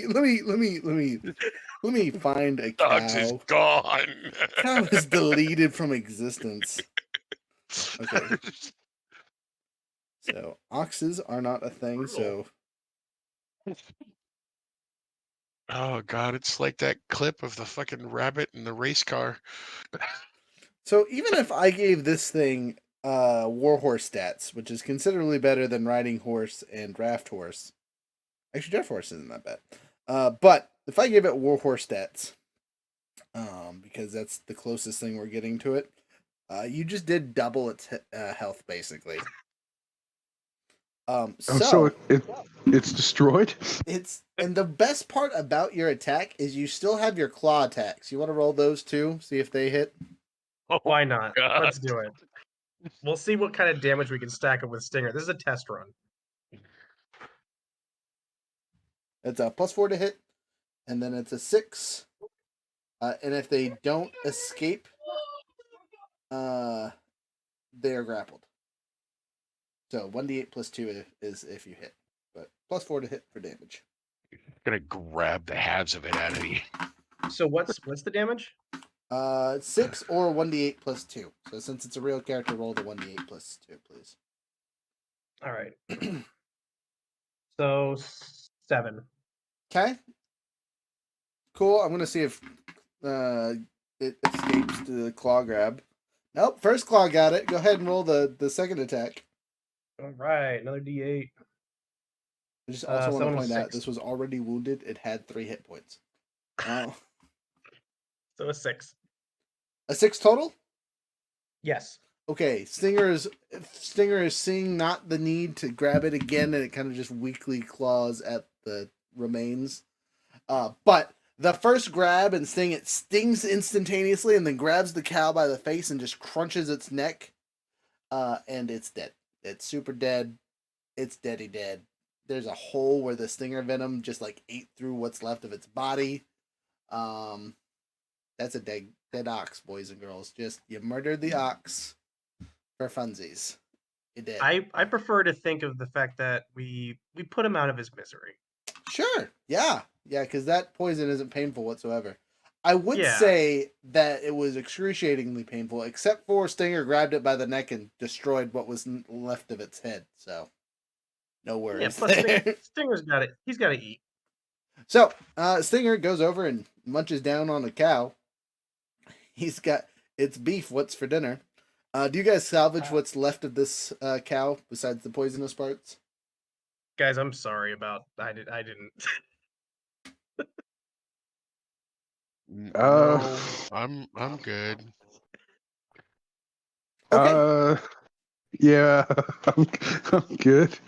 All right, Stinger has a plethora of extra food just for him. As you load Just- what you can onto Stinger's back and feed him along the travels. The next bit, you guys make it to the edge of the forest without incident. Outside the forest is a small village that isn't really a gateway, but it looks like it's just kind of a traveling path. And you'll notice that several of the farms here are destroyed. And it looks like it happened relatively recently. I'm not going first this The time. circus, not my monkeys. You can travel through the town without investigating. You don't have to do anything. But as heroes of the land, you might want to save the peasant folks. But Since I'm when gonna did we become roll. heroes of the land? So in 2 of our character backgrounds, we want to be viewed as heroes by the people. Yeah. Um. Yeah. Red's kind of yeah. for the people kind of guy. I'm very much about needing to see what happened. Yeah, the whole We'll damaging the sigh fields heavily at is Profi's insistence and turn to ride with him to investigate. Look, the last creepy town that we went through, I said, nah, F that, and agreed with y'all. These look like there's actual people still living here. So, as you guys make it to the village center, right? It's kind of a farmy land area. Looks more like what's the best way to describe this? A resource gathering area, right? So they're there to chop down trees and collect resources and send them further in or travel further out. Again, it's more of a resting spot than anything else. But, again, several of the houses look destroyed. As you get to the town center, there are several displaced farmers. Sorry, I had to burp there. Kind of just sitting there. As you ride up in your scorpion and your horses, they look around and say, "Sirs, are you here to save us finally? We requested aid 2 days ago and sent our boy in with our ox as fast as he could ride. Oh no. Did you happen to see him on the road?" Nope. Nope, we did not see him. Nope, I haven't seen an ox. Roll your deception checks, all of you. Wow, Profi is surprisingly okay with y'all lying. He's gonna try and be quiet. I just said I didn't see him. I omitted the ox not part. that's not a lie. You're good to go. But those of you that said you didn't see an ox, I need a deception roll, specifically I red. said no. I didn't specifically say anything. It's an 11. As you lie terribly, they look at you with curiosity. Why would you say it like that? That's not even what we asked. Huh. 15. Anyway, you're a couple days late, unfortunately. The bandits have taken off and traveled down the road. We believe they might be hiding somewhere between here and Fen, in the lesser forests.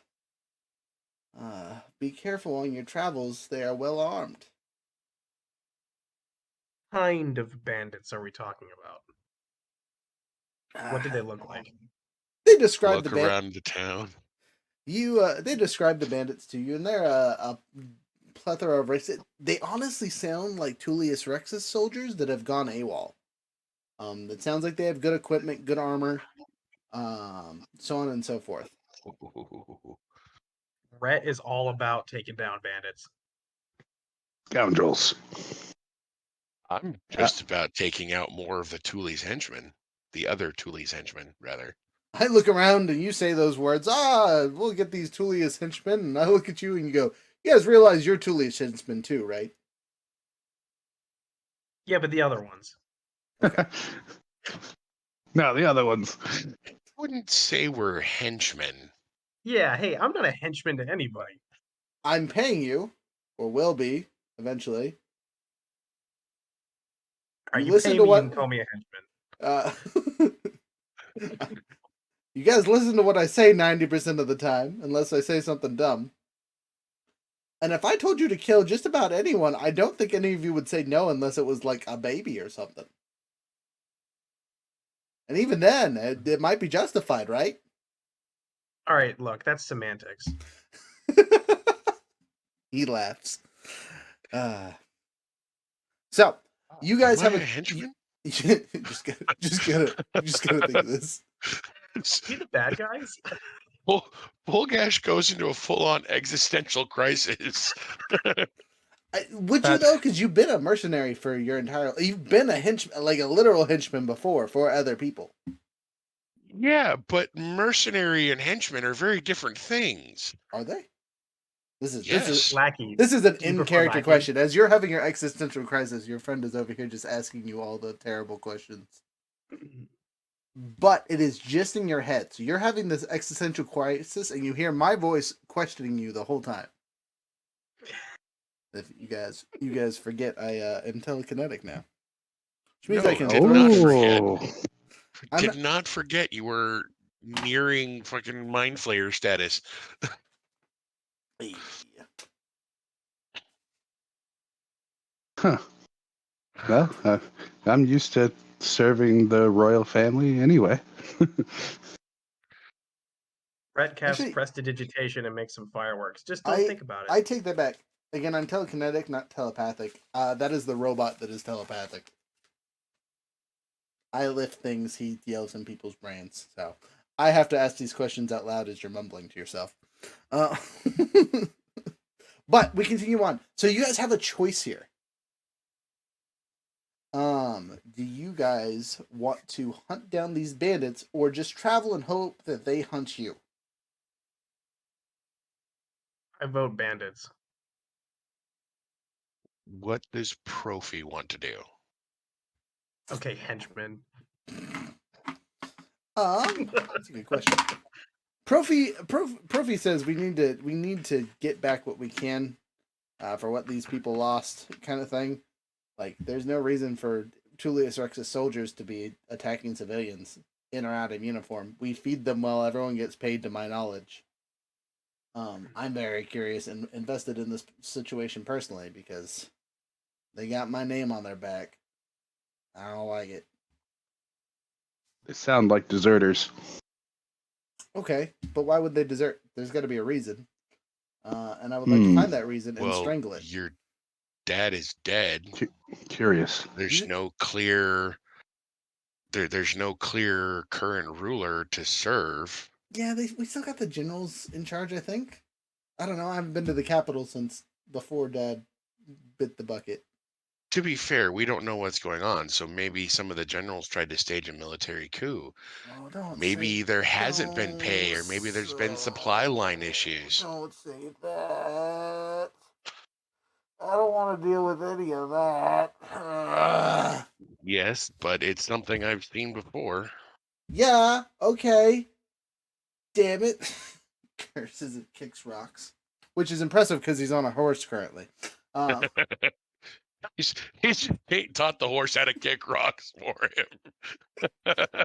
Actually, we go back to the telekinetic powers. I just lift rocks with my hand and kick them into the air, just angrily.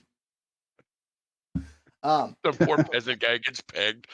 No, not again. All right, so you guys are hunting down these yahoos. So I'm going to need some survival checks to find these guys because you don't have your scout with you. If you had your scout with you, it'd be really, really easy.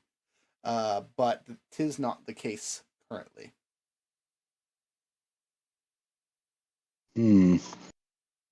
Apparently, they didn't make a very difficult trail because I got a 19 total. Okay. 14 total for me. Okay. 8 because I'm rolling terribly. That's not good, friend. I rolled a 16, and my survival is trash at 0. So 16 for me. R19. Yeah, as you said, it's not a really hard track. There's nothing that goes off in any crazy direction, which means you think they just followed the road for quite some time. So I'm going to roll and see how many days you followed this trail until you need to do another check. Wow. Okay. You travel for about a half a week on this road before the trail finally deviates. Go ahead and make another survival check, everybody, to see if you can pick up the trail again. Critical. Got it. 18. Good roll. 12 this time. Not so good. 7. I'm tired. I've been following this trail for half a week. Yep. So as you kind of wander off, Profi goes, "Hey, what's up with that smoke over there and all those people in that looked campy thing?" He points in about a mile off the road. You guys are on a cliff. You see below you is a small camp of what looks to be what used to be maybe a military outpost or a stronghold or something along those lines. It seems very apparent that is probably what you were looking for. It's not well hidden, and the people that are there are not being quiet. Hey, look, I found them. Are we in the what's considered the wildlands right now, or are we just in a forest? No, you guys are in the excuse me, sorry. Let me pull up the map for everyone else. You guys can't see it, but whatever. So you guys are actually in the plains area, so it's still there's a little bit of forest in between the edge of the forest and Fen.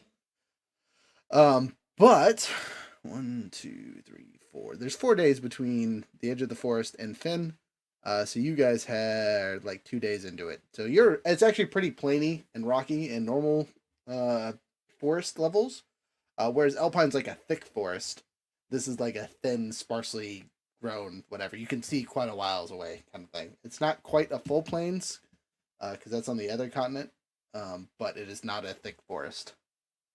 So, would it be a bad idea to cast Speak with Plants?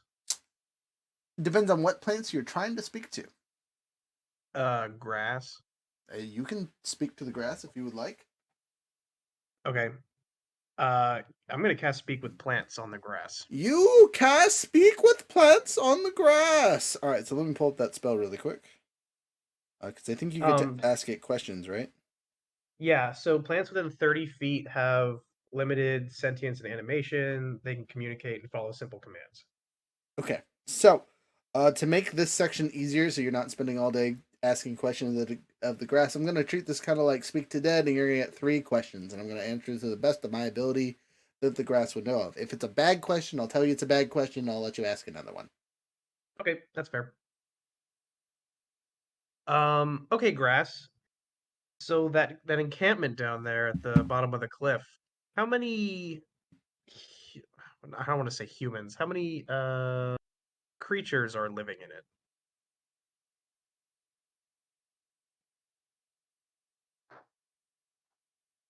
There are many creatures there. We believe there to be 17 that live there. Yeah, 17. Repeat. Oh wow, grass is terrifying. So, okay.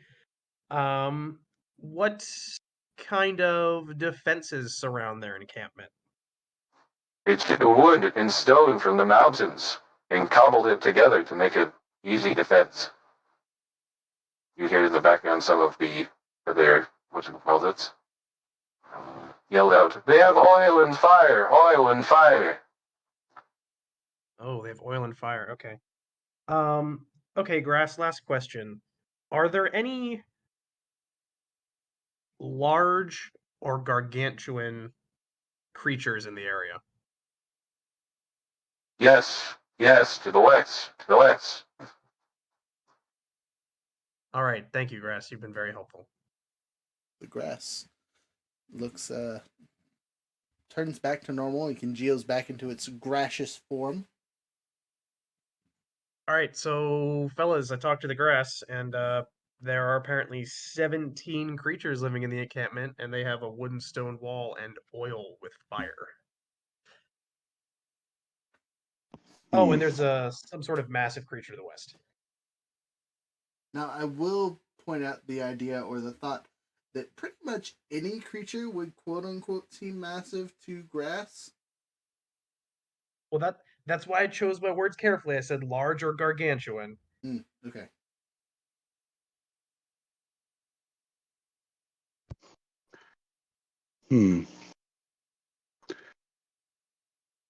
Have you guys fought any of these types of guys before, the Tullius soldiers? I have not. I'm just trying to, like, 17 regular bandits wouldn't be that bad, but 17 like what was guarding Moxie, like those type dudes would be really bad news.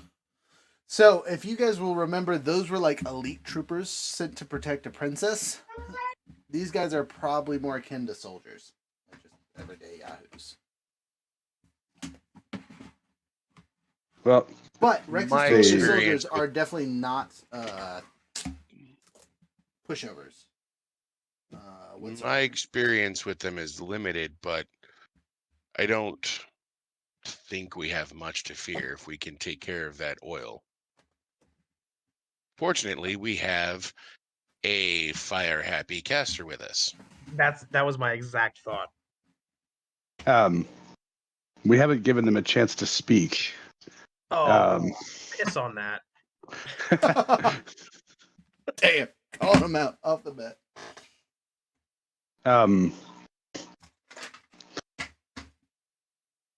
About burning people. Yes, it smells a bit like overcooked hamburger. Um, uh, yeah, that's terrible. Uh, oh, I recently burned some people that didn't deserve it. But these ones do, so you can make up for that. Wait, hold up. You did what? I recently burned people who didn't deserve it. Well, my first thought was that they did, but kind of felt bad about it later. When did you do that? At the spooky festival. Oh yeah, the bandits in the alley or whatever. You burned spooky festival people and didn't tell us? You rolled for it. Oh, but Profi didn't know. That's right.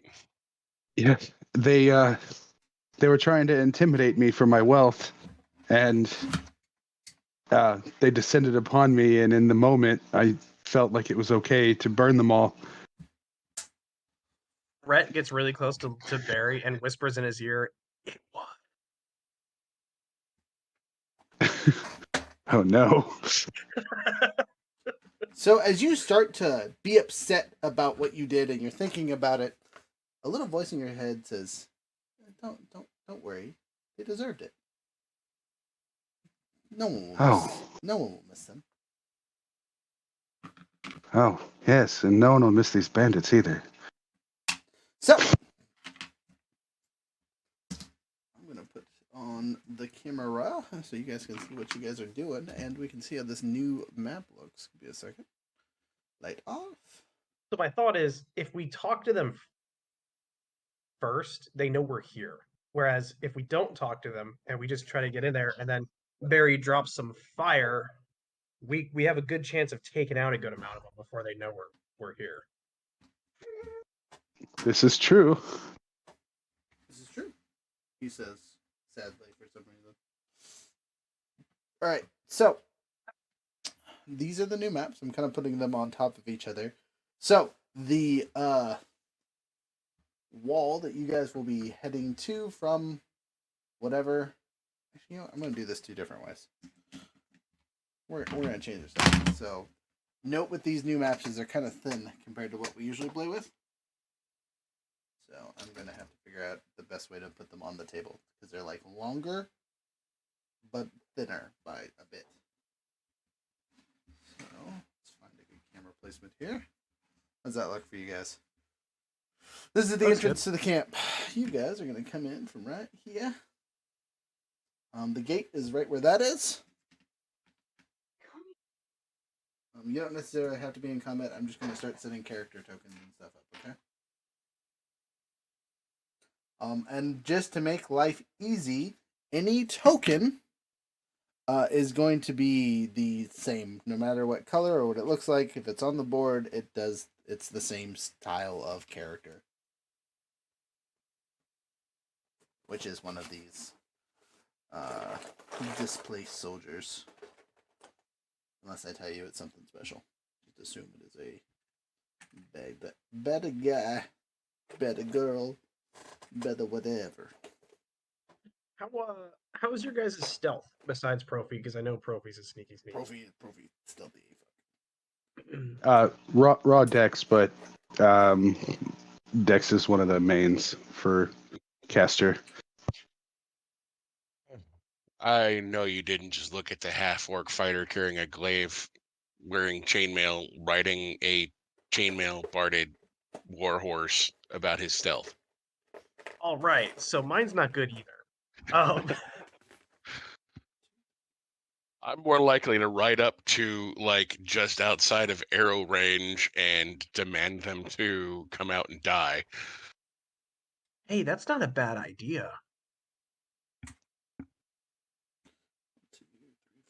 Like, maybe not.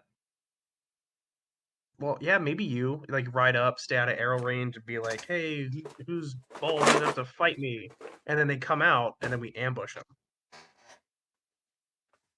So as you guys have a pretty good height advantage on these guys, you can notice that about half of them seem to be guarding the area, while the other half are drinking or being loud and rowdy.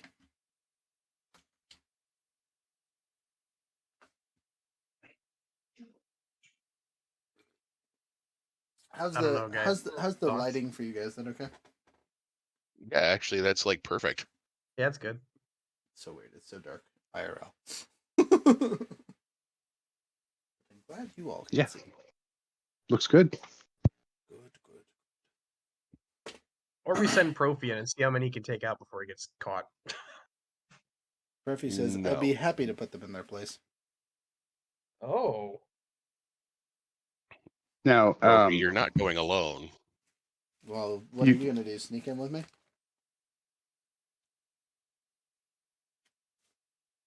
Oh, I got it. Okay, I don't Oh. want. So, a quick description of this area as you guys come up. There are 3 would-be guard towers and only 1 entrance. Every one of the guard towers is not super high. You're talking like maybe 15 feet off the air. The walls are walls. The entrance, again, is the only entrance into the camp.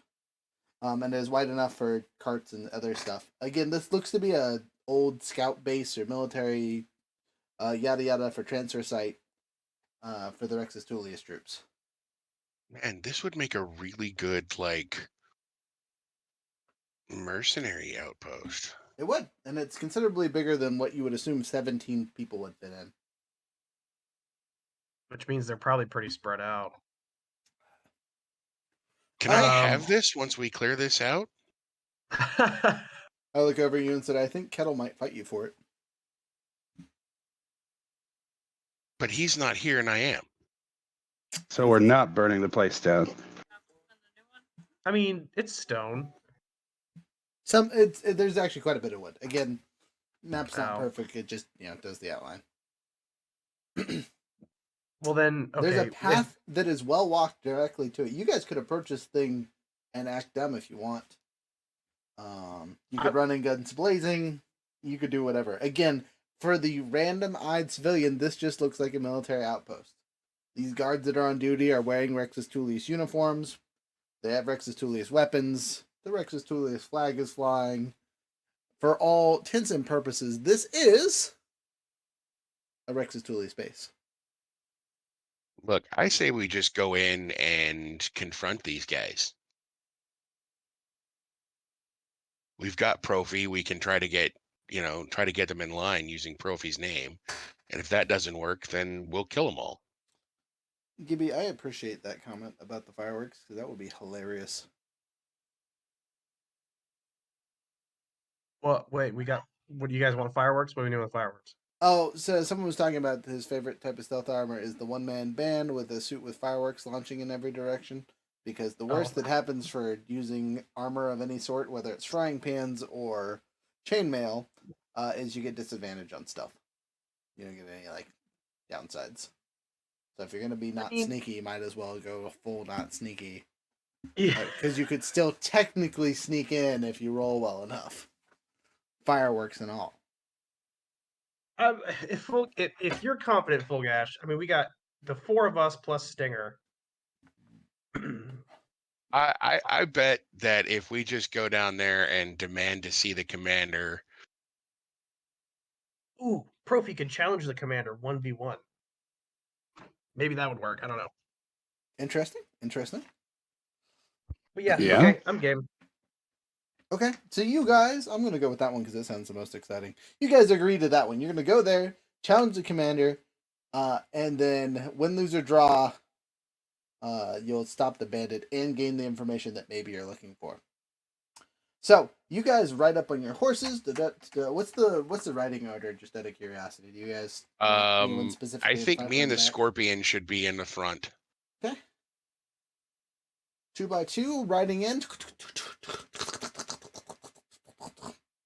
And you get up to the front, and you hear one of the men on the tower say, "Adventurers, halt!" Sounds very official. I'll pull up.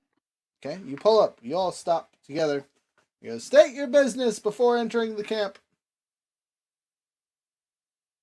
We will speak with the commander. Under whose authority? We've received no orders. Under the orders of Profi Tullius. Profi Tullius, the prince? Yes. Uh, 1 minute. You hear the gate get lowered.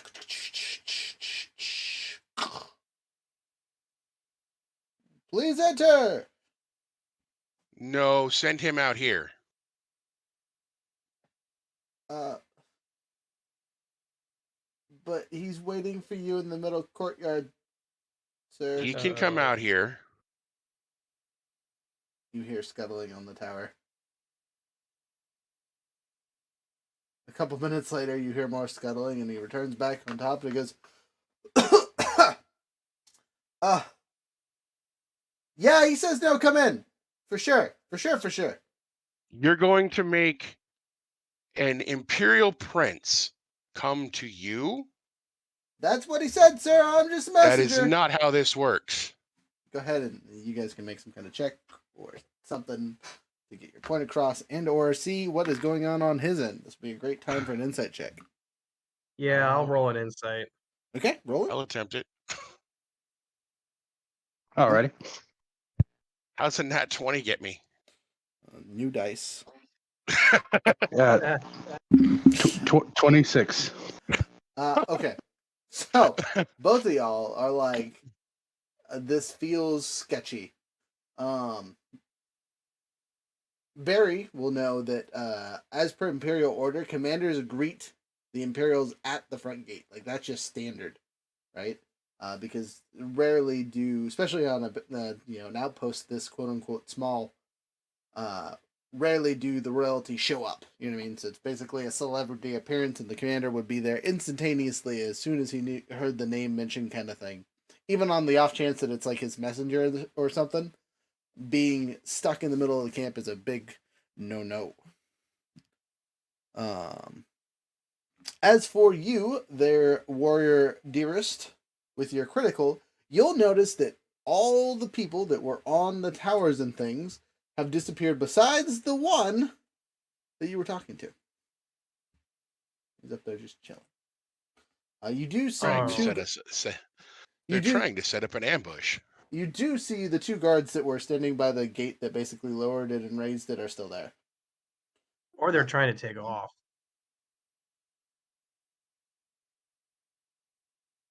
No, I would bet an ambush if they want us to be in the middle of the courtyard.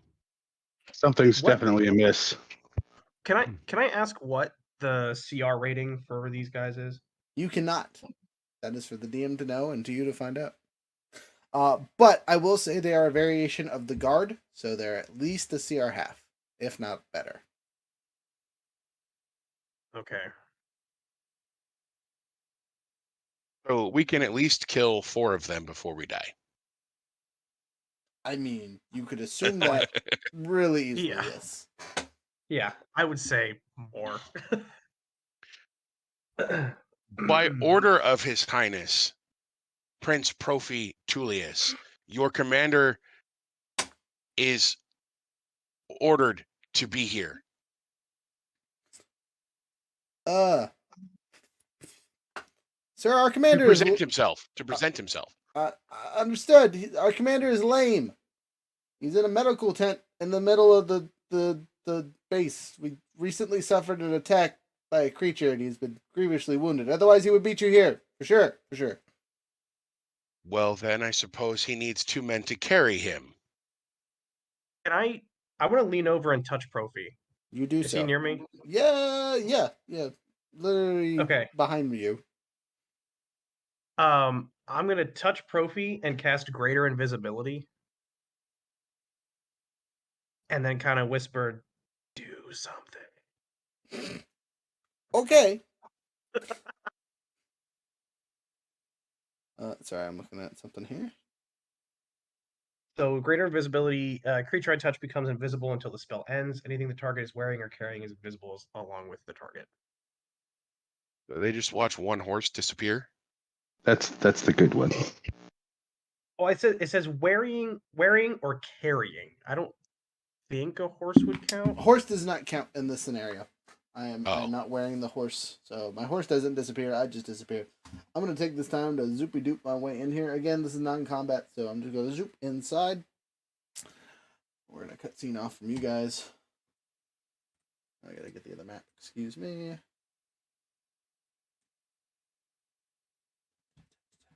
What do you guys think of the quality of the map? That's not too shiny.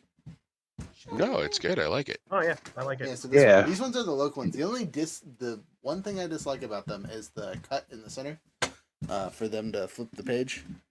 Yeah. Having it be a continuous thing is actually kind of nice. Very, very clear in the camera.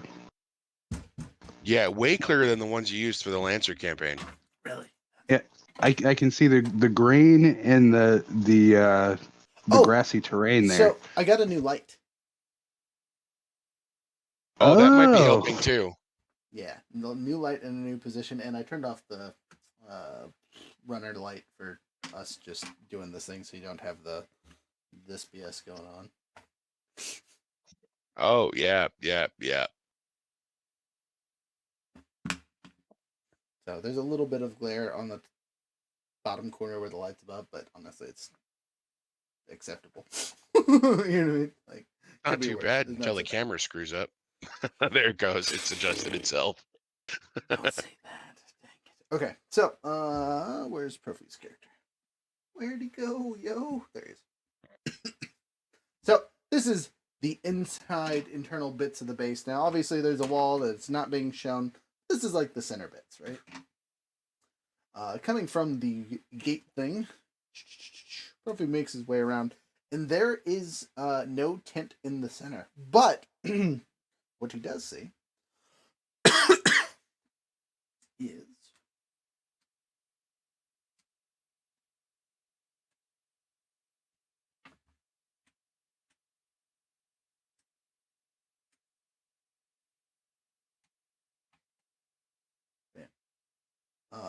a whole bunch of yahoos stationed on top of a building. Not to include the let's see here, 1, 2, 3, 4, 5, 6, 7, 8, 9, 10, 11. Not to include the 6 that are over by you guys. Oh, there's the ambush. So Profi is just gonna sneak. How long does invisibility last? 1 minute. Okay, so I only have a minute to get through. So I'm going to see if I can do this quickly enough. It's still a stealth check, basically. I rolled a 17 and have an 11. So I'm able to make it through quickly at full speed, basically sprinting through the camp. My passive perception will pick these guys up because they're not necessarily super well hidden because we're still arguing out front. So they're like getting in position and whatnot. I sneak and climb and do a thing. And I get behind this guy. And I say, "It is time for you to pay for your sins. There, shiny looking one." He looks to be wearing commander armor. So it's a full plate, yada yada, looking like a snack, thick boy.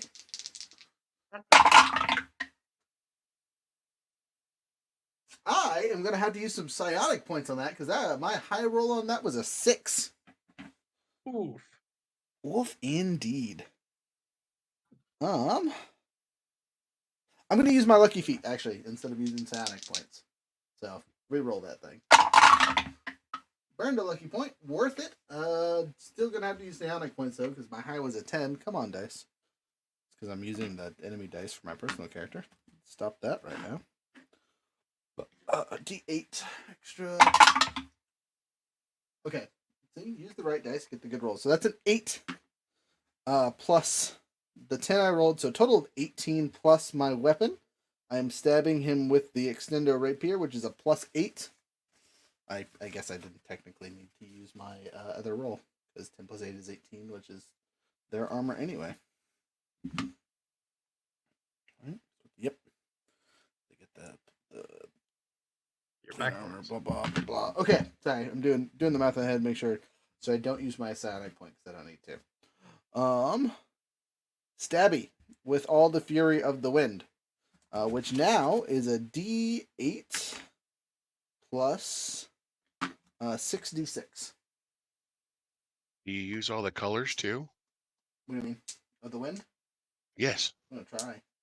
Depends on how good I roll, I guess. Colors of the wind.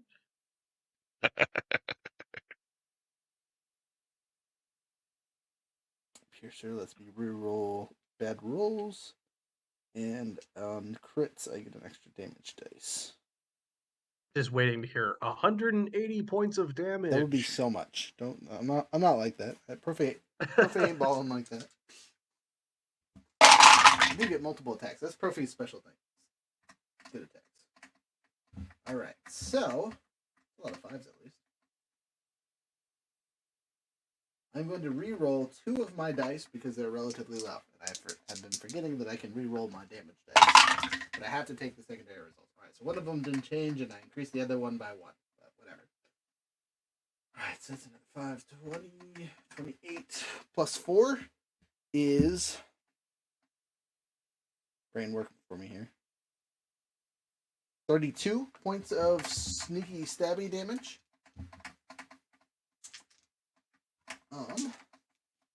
Yeah, so he gets got on the first pokety poke. He's not dead by far, but that seems like it hurt. And you hear someone in the camp scream, "Ah!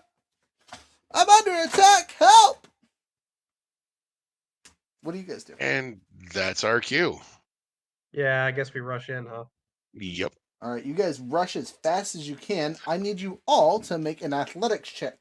An animal handlings check to see if your animals can make it over the closing gate. And then Profi's going to finish his attacks.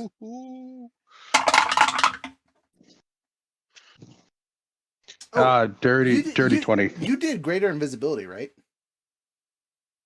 Yes. Yes. Okay, so I'm still invisible. This dude has no idea, so I have advantage on all these attacks. That's a hit. And do I need a bonus action? I guess I can use a bonus action to stab him. But he's still attacking. And a hit. Thank you for the advantage, friend. Yeah. Yes, what's up? I'm listening. I was gonna say my animal handling was garbage, but also Stinger could just climb over walls. So That might be important. But roll it because this is more of a speed thing than anything else. okay. So it was 5. 10 and Mine was that's 17 plus 5, so 20. 20. You're good. Mine was a dirty 20. You dirty 20. So I do 14 more points of damage, by the way. So he took a total of 46 points of damage this round. He's still alive. He's still alive? Oh well, he's the boss, right? Maybe. He's wearing shiny armor. Well, that he has to be the boss. That's still probably very demoralizing to just get stabbed 3 times out of nowhere. He looks very confused, that's for sure. I can't do anything else. So that's Profi's turn. So what were your numbers again? Dirty 20. Okay. 22. Okay. 5. Okay, so what this means is I actually have to add the other map. I'm telling you, the virtual dice hate me today. They're not rolling well, friend. All right, so I'm going to move this map kind of to the edge, and since I don't really need too much more of it, I'm going to pull it a little bit farther. So the first map will have some space because it'll be important. So 3 of you. Back up here. Oh, that actually works out really well. Yeah, it does. Wow, that looks nice. So 3 of you, or 2 of you, I should say, make it through the gate easy. I gotta grab some more tokens really quick. I grabbed enough for both sections separately, not both sections at the same time.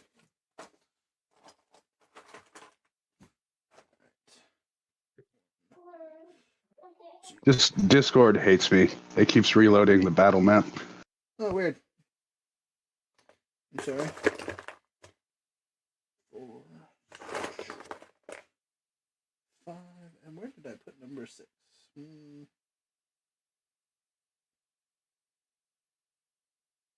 Yeah, we'll put them here. Like they're gonna stop you. So you guys make it into the main area. Before you're there's people in your way, basically. All right, now that you're in would-be combat, go ahead and roll your initiatives. Handy Dandy Bard, you make it to here, and you're at the edge of the wall. You haven't climbed up yet, but they closed the gates. Singer was too slow to make it before they closed the door on you. All right. Everyone, roll your initiatives. Who's going to be my Handy Dandy initiative tracker for this combat? So I got an 18. Listen, that's what happened. I just had one enemy shy. I got an 8. Okay. Is someone tracking this? I'll write them down. All right. Trophy is going on a whopping 19 plus 3, so 22.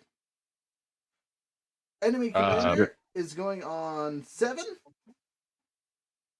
Enemies in general are going on 18. Oh wait, they have pluses. I take that back. 19. How do me and Profi figure out who's going first? I didn't critical. Neither did I. What'd you get? A 19 plus 3. So then we technically go at the same time. We decide amongst ourselves. Do you want to go first or second? The other option is you go by whose dex is higher.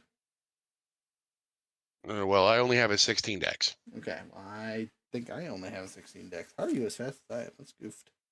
Yeah, so we just get to decide. Do you want to roll off? We'll roll off. Here, We'll roll off, yeah. 17. A 12. Okay, so I just a little faster. But again, it's more like we're going at the exact same time. So you guys will notice that these guys have pretty good armor and weapons, and most of them look to be gruff, is the best way to describe how they look. Like, some of them have probably seen combat, if not all of them. So these very well could be Tullius soldiers. They're wearing the armor and everything else. Well, they could have just been normal bandits that found that raided a. You're right. For the two that just entered the camp, what is your passive perceptions? How do you figure that again? It's your perception plus 10. 15. Okay. I'm not proficient, so it's just raw wisdom, right? So it'd be 13. Okay. Well, yeah. So with a 15, you are just barely proficient enough to see the pile of burnt bodies in the center. There's also destroyed stuff and things. It looks like there was some kind of bloody battle fought inside the base.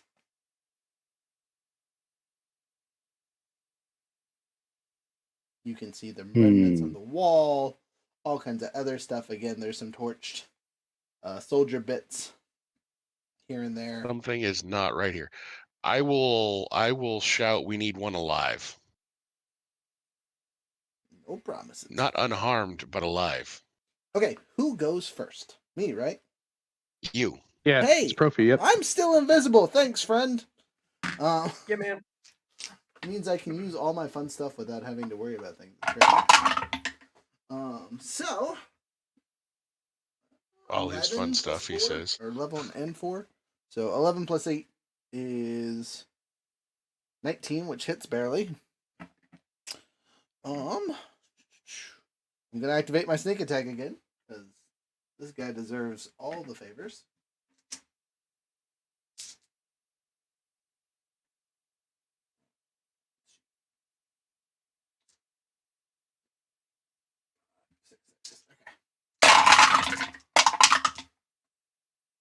Alright, I'm re-rolling 1, 2, 3 dice. My 6s and 5s. Oh, hey, that was a much better roll. Still 2 1s, but you know what? It's better than nothing. Alright, so 10, 21, 27, 28, 29 plus 4 is 33 points of more stabby damage to this man, and then I continue my assault. Still invisible with advantage. As an assassin, I would be the happiest boy in the world. 13 plus plus is hits. D6 plus 4. Max damage of 10. And then bonus action, I'm using my psychic knife one more time. For a whopping 4 plus 4 points of damage. Heck yeah. Sorry, just 4 points of damage. That's because it's a bonus attack. So another 14 to the thing. So 14 plus. That's 47 more points of damage. He is still up. But Holy looks. shit. He looks upset. He should look dead. And I'm going to shift. That's my movement. I'm just moving a little bit. So we can guess where I'm at. Next on the Oh my god, I list. just got prison shanked. Next is Folgash.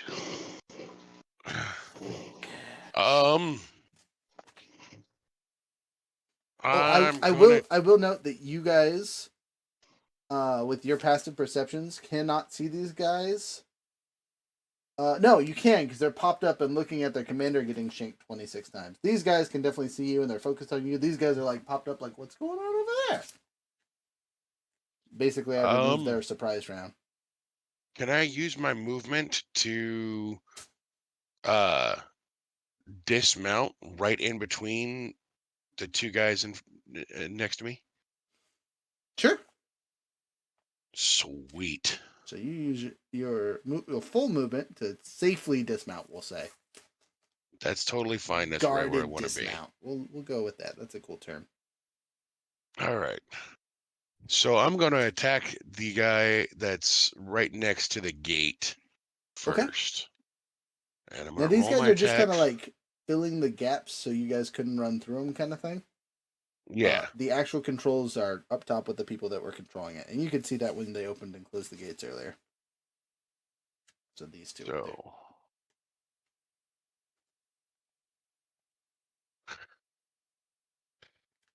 29, You got him. 23, Got him. and a dirty 20. Got him. I think this gentleman is in danger. I'm in danger. Oh, you're attacking he's... this one, yeah. Yeah. Roll it.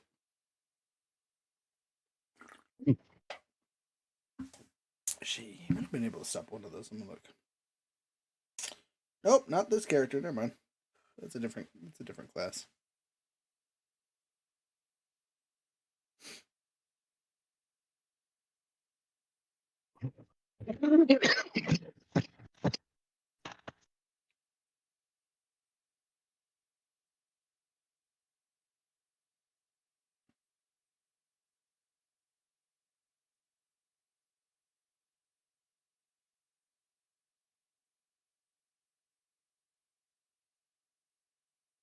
$39 Total? total. You do 39 points of damage. You hit him several times, and each swing looks like it hurts. He looks to be bloodied. Uh-oh. Anything else? You've moved. You've done all your attacks. Next person? Yep, next person. All right. Next is the enemies. All right, so all the regular enemies get a turn. So, starting with the farthest ones out, this one runs to the corner. You see a heavy crossbow get fired at you, where you and Stinger single shot. Total of 18 on you there, Barry. So, hang on 1 second. What was the enemy's initiative? 19. Was it 19 or 18? 19. They rolled an 18 and have a +1. Gotcha. Yeah, Just making sure. You're next in line. Let's see. Sorry, not Barry. Barry, you're fine. I'm the bard. Oh. Barry, you will get a plethora of different attacks. We're starting Yay. with the heavyweight. That'd be awesome. What is your AC, Bardy Bard? My AC is 16. Okay, it rolled an 18. You take 6 points of damage as a heavy crossbow bolt hits you in the face. Oof. All right. Or in the body. Next one is the other guard up there. He looks to be setting up some kind of contraption. He runs over to his friend, and you hear something bubbling. The other friend uses Oh his action to no. activate it, and a wall of oil pours down on top of you. Make a dexterity saving throw as the acid covers both you and your stinger. He better not hurt my stinger. Well, it's hot burning oil, so probably yes. But Stinger now has an advantage on fire damage. Resistance, yes, he is resistant. That's important. Yeah. Oh my god, these rolls. You've got to be kidding me. Bro, switch programs. Go somewhere else. I just rolled a 2. Oof. You take full So- damage. Yeah, that's not going to save me. I need to find something else. What are you using right now? D&D Beyond. I haven't rolled more than an 8 this whole Oh time. God, no. There's an app called like Dice or something like that. Way better. It's something stupid simple. Side note, you can also go to our server, the Epic Sages, and use the Avari bot in the Dice Roll channel. Or honestly, like any channel, I'm not going to be super upset. Just don't do it in general. Whoa, how do you do that? So you go to, why don't you do it in the other open topics section? Okay. And their code word, bot word, whatever, is a slash. And then you do slash roll and then 1D whatever. / or backslash? Forward slash. / oops. Roll 1d20? Sure. Okay, let's just type that out. You could also do a slash help to figure out what it does and what the actual rolls are. I'll just find something else in the meantime. Okay. I'm gonna say I'll it's probably find, just as quick. Did you do a forward slash or a backslash? I don't actually know the difference. So it actually is based on he the did bottom of the slash. He did the right slash. Oh, okay. That should have worked. I don't know why it didn't. Again, it's been a while since I've used the bot, so. And if you do the same slash and then do the word help, it should get you to the right spot. And you'll get a message and it'll say, here's all my super cool commands. And or the bot's broken and no one told me nothing. Well, I don't think anybody ever uses the bot. I meant like the bot in general. You know what I mean? Oh. Alright, so if we go to the stuff and the things here. Oh, hey, General. Oh, I'm downloading RPG Simple Dice, so let's see how that does. That's good luck. All right. Well, while you are figuring out your stuff, I'm going to roll this D100 of damage. Are you ready? Oh my god. It's burning oil. Your Stinger is going to have the same save as you, so he will take this damage, but have it. 31 points of damage. And obviously, half for Stinger rounded down is only 15. All right, fellas, I'm not doing good. You hear the bard scream out in terror as he is covered in burning hot oil. It would kill lesser men. It's killing me. Oh,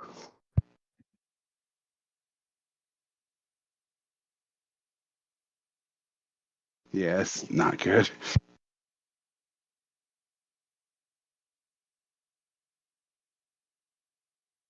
All right, well, Not good. I guess I took it. How are you? You're not waiting on me, are you? Nope. Okay. Now for the other Yahoos. Oh, sorry, I was messing with the bot. Guys, So This is bad. This is bad. there are 1, 2, 3, 4, 5, 6, 7, 8, 9, 10 arrowy shooty people. I'm gonna roll a D10, and whatever I roll is gonna attack one of you, and the rest that don't get that number, get the remainder. So, who would like to be the original target with this D10? Between the I'll two of you. I'll do it. All right, full gash. Here we go. You are the main target. Maybe we'll see. You might only get a 2. You get a 4, so you take 4, and our wizardy looking person takes 6. Them's the breaks, Barry. Sorry. Oh, Alright. reaction shield, I suppose. Well, let him shoot at you first. Alright, so let me get these first 4 shots at our handy dandy fighter. Fighter, your AC is 18, correct? 16 actually. 16. This is gonna be a bad fight for y'all. Alright. All 3 of the first attacks miss by a bit. One of them pinks off your armor, but that's about it. Ooh, that might be critical.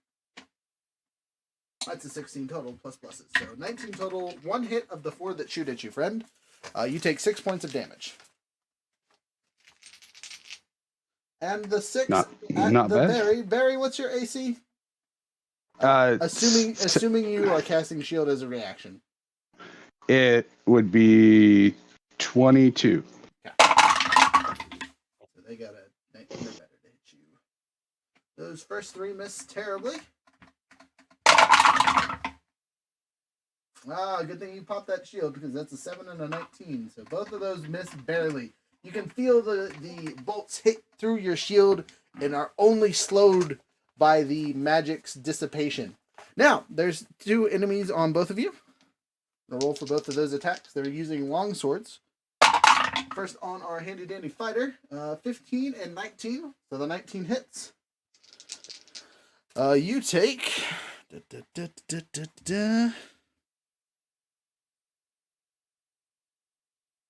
Oh, I'm sorry.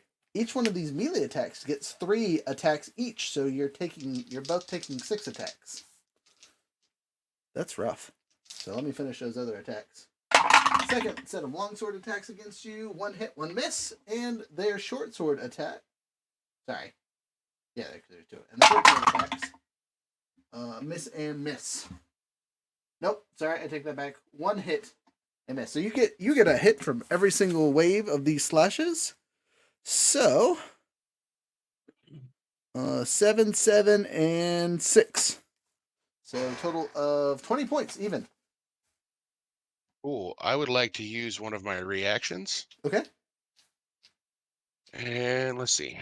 Reaction when missed by a melee attack to make a melee attack back and deal superiority die extra damage. Okay. I would do that to the dude you've already injured. Yes.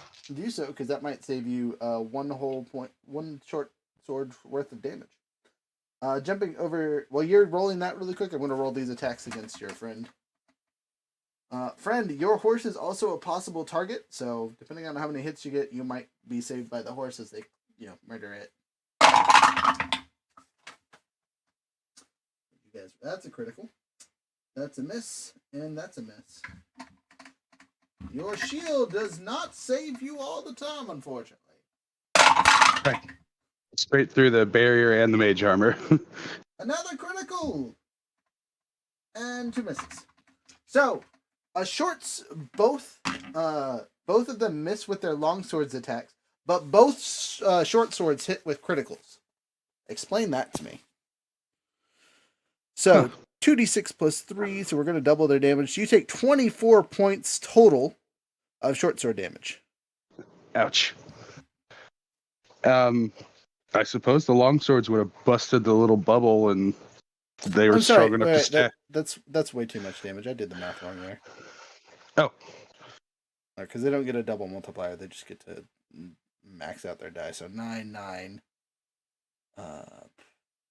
is, sorry, brain's not working over here. 18 points of damage, not 24. Okay. Okay.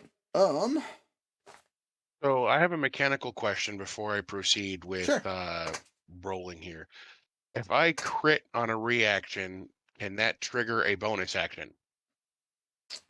No, because it is not your turn. You do not have a bonus action to spend. Okay.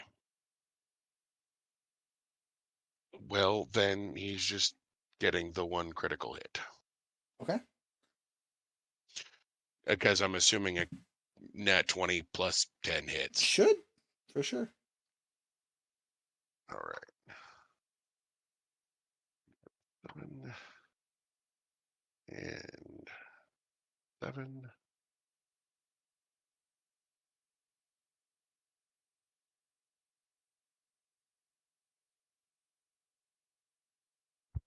So that's like 3 glaive and 2 maneuver die, isn't it? It's a lot.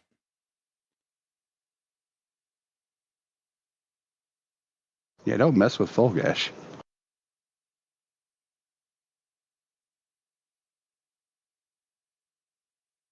We Did got Stinger have 14 full plus 6. concentration? Hey, so I figured it out, by the way. So to use the Avery, you use an explanation point and then the roll and then the numbers.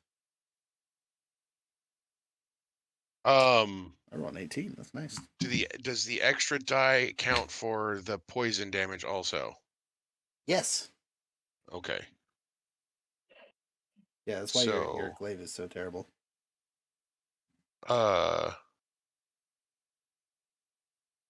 that makes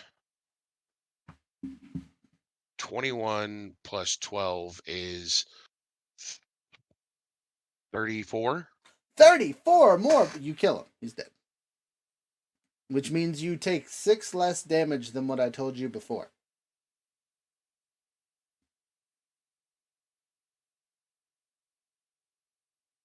So these guys seem to be hanging around 50 HP.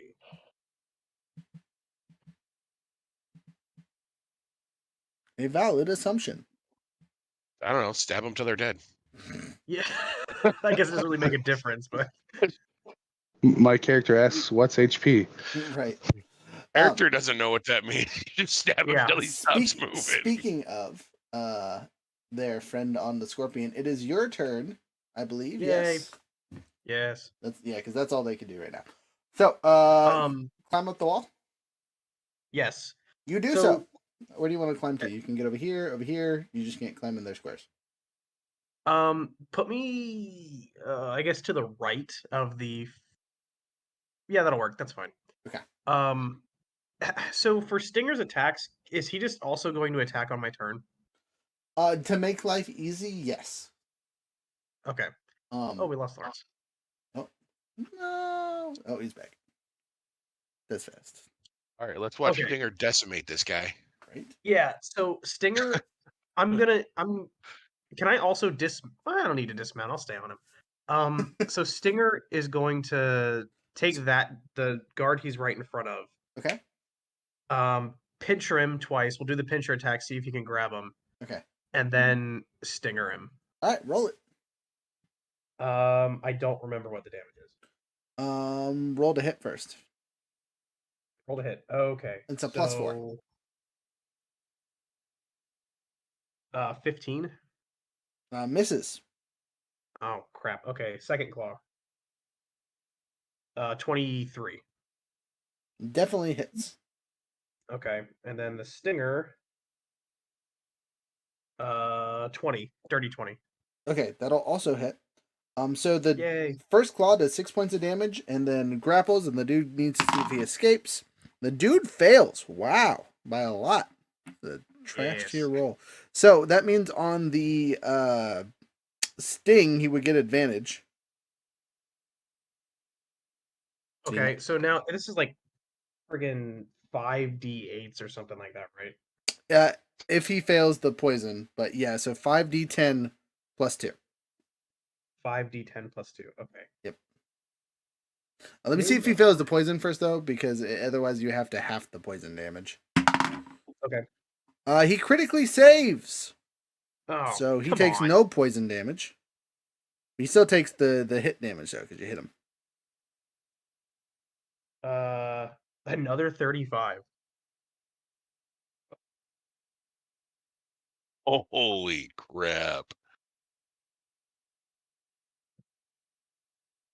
Okay. So 1d10 plus 2. 1d10 plus 2. Mhm. Roll it. Another 12. Nice. So how much damage did the 1d8 plus 2 do for the claw? I think he said 6. Okay, so 6 plus 12, 18 points of damage from Stinger. It's still your turn. All right. So let's see. Now it's my turn. What am I gonna do? So I think the first thing I'm gonna do with my action is cast.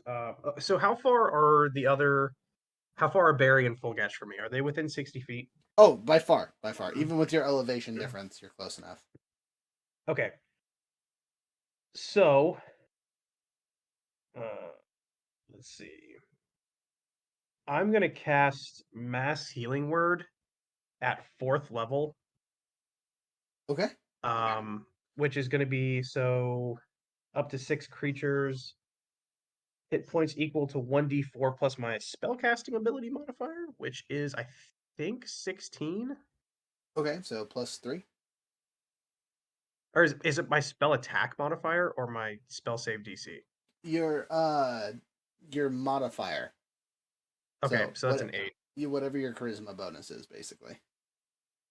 All right, so 8 plus 1d4. Let's do 1d4. So 3, so that's going to be 11. And then because I'm casting it at a higher level, I get another d4. So 12. Okay, so we're going to heal for 12 points myself. And Stinger, and your 2 allies. And Stinger and Barry and Fulgash. Nice. Hey, awesome. Yeah. Come on, current hit points. Me almost back up to full health. Yeah. Hey, I am not. Then let's see, for my bonus action, I'm guessing Profi is too far away from me. Yes, I am too far away for you to inspire me, unfortunately. I'm Actually, gonna Bardic Inspiration, that doesn't have a range. You just have to be able to see or hear me, but I'm invisible, so it doesn't matter. right. I'm gonna inspire Stinger. All right, you've inspired your Stinger. He's a awakened creature, so he totally can be inspired. Yep. All right. Start So singing a Dwarvish war song. basically, it's like you remember that time you ate the Karuk cow, Kazan! baby? Yeah. um. Unfortunately, I think that's all I can do. What do we want? A girl worth fighting for. All right. Okay. Well, I'm done. All right, next on the chopping block is either Barry or the other enemy. it's me. All right. Okay. You have 3 enemies directly touching you. Directly touching me. They're there, Ah, touching you with so weapons. ow. So I can't move diagonally. Yes, but you would invoke an attack from one of them. Okay. Time for Big Magic Berry. Yes. Or you can do what your ally did and safely dismount in that square and leave your horse behind, which will immediately run away at full speed. Oh, I'm still on the horse. Well. Oh, my horse didn't get an attack. So, as a side note for your horse, right, because it is a smart character, while you are riding it, you can use its movement in place of your own, and it can use your attack or one of your attacks in place of its own. So since you're a fighter with multiple attacks, you can rush in, do the wolves chargy thing, and then use your other attacks. Oh, but it can't act independently. If it, if you dismount, it acts independently. So the only reason Stinger up here gets to do all the extra stuff on its turn as per normal without getting a command is because it's an awakened creature.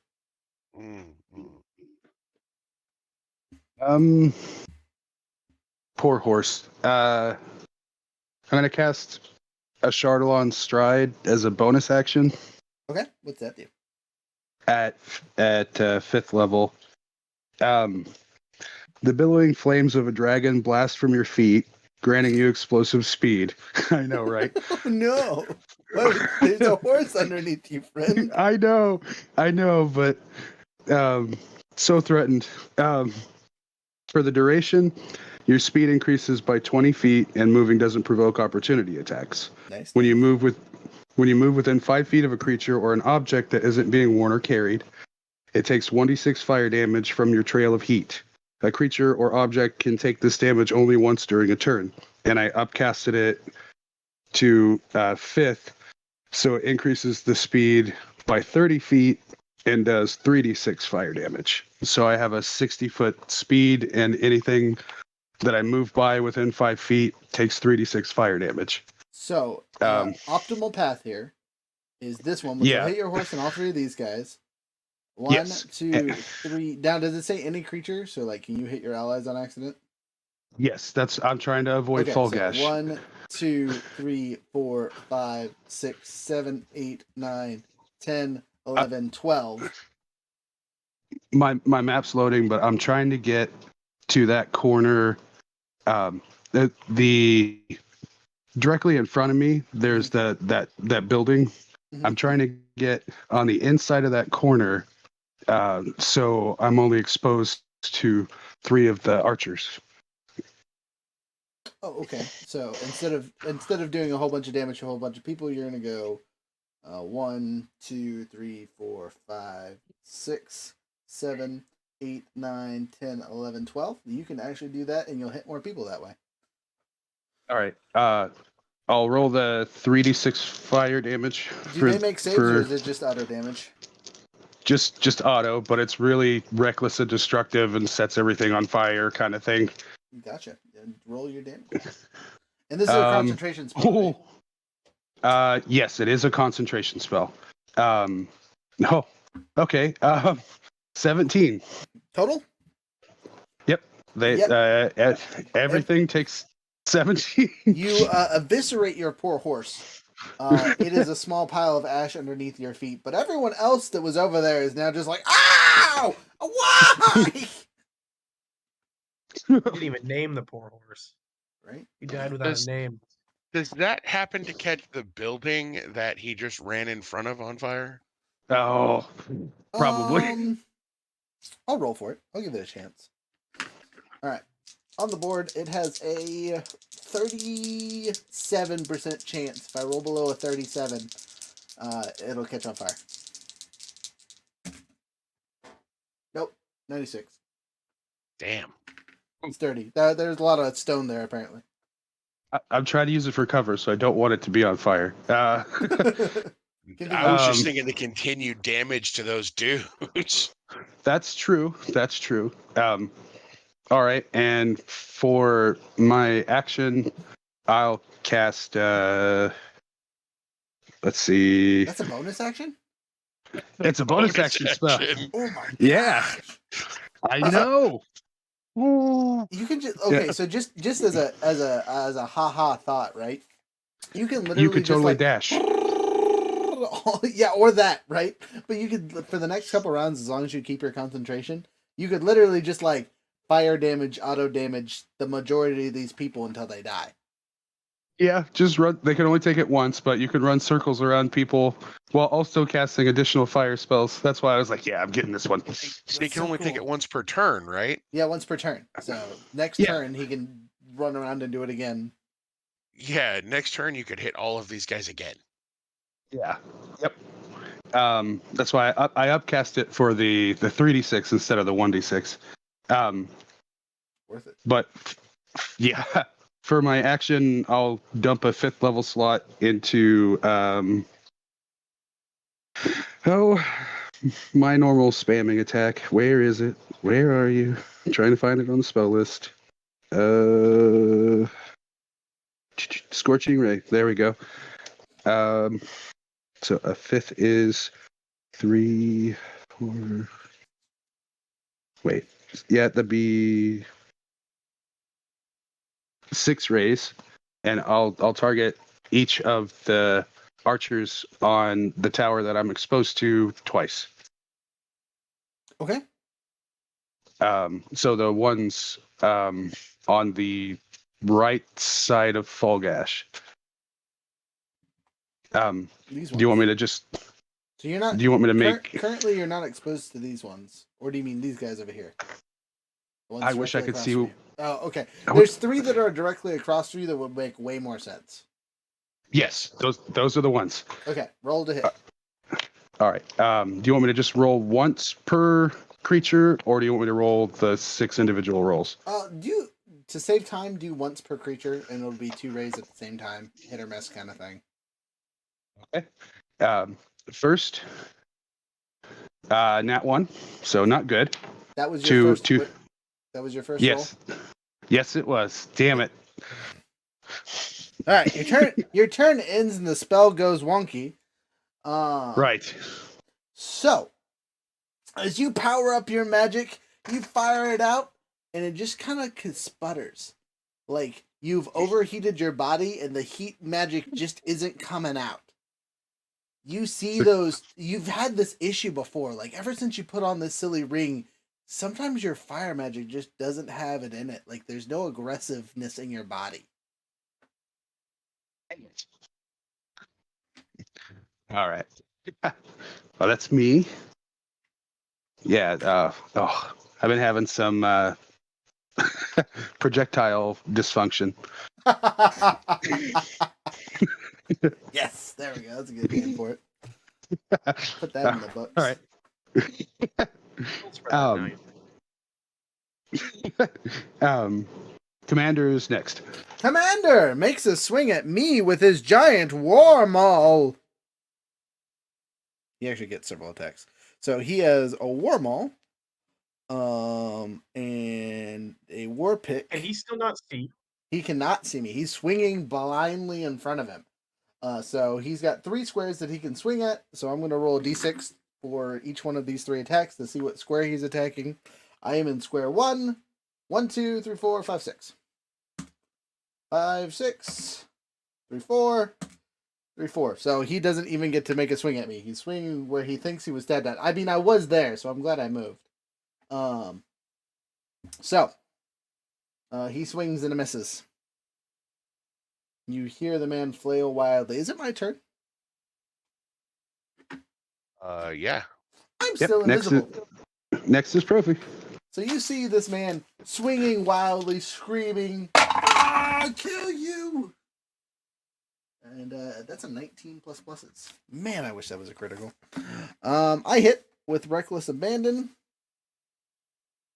He's going to take this crit. 4, 5, 6. I'm also going to roll my secondary attack ahead of time just so I can add that extra d6 in there. And then I have a thing to do with my bonus action. That's a critical. My extra 2d6 in story effect is what this sounds like to me. Alright, so... Oh, and it's a piercer. I get another one. Sorry. Give me a second. I got one more dice to throw in there. Alright, let's see. I'm going to re-roll these 3 ones. And this 1, 2. So I'm re-rolling 4 dice. I'll just roll them on the table so I don't mess up these other ones. Nice. Okay, I thought I was going to do cool things with my bonus action, but I might just use it to teleport. 3, 9, those are 3, not a 6. 10, 8, so let's see. 10, 20,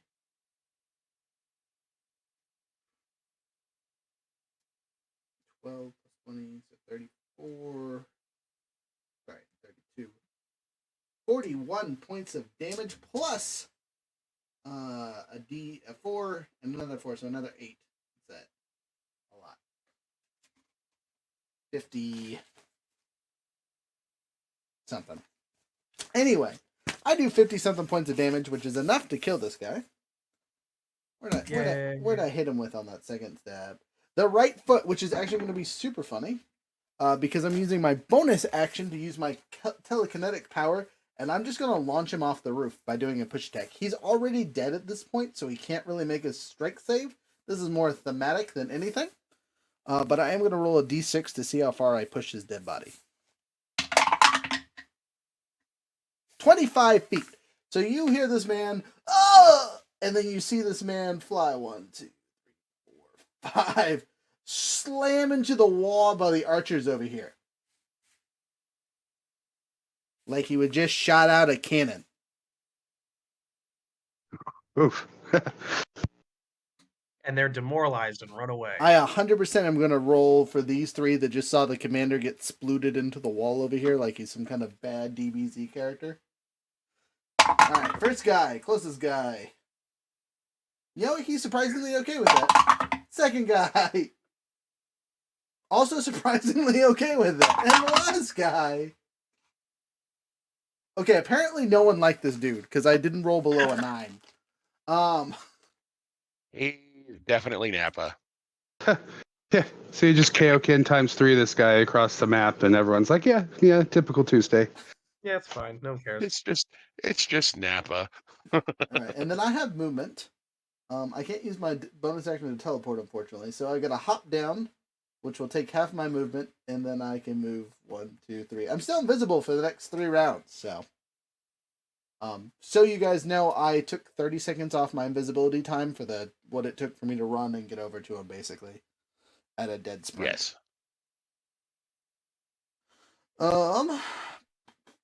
That's me. Who's next? Fulgash, I believe. Fulgash. To be you, friend. You're still right here. I just knocked these guys around. So that guy that's right in front of me now, Mhm. he's going down. You say pain without love, pain. Can't get enough pain. You're gonna like it rough.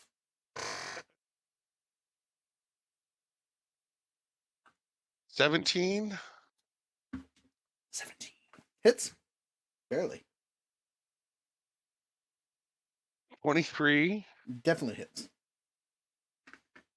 and a 21. Also hits. And he's already taken 17 from your friend's flamey flame explosion.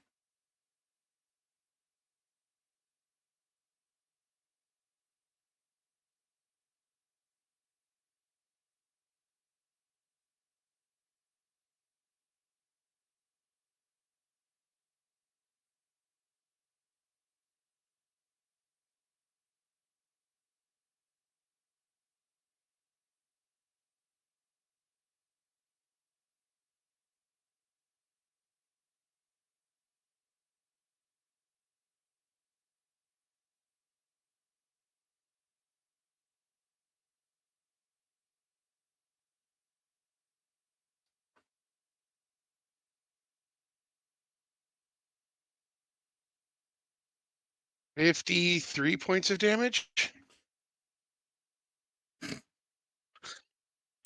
He did.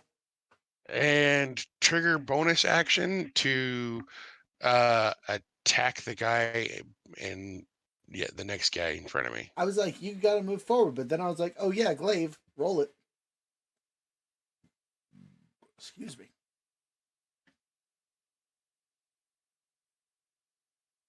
Hmm.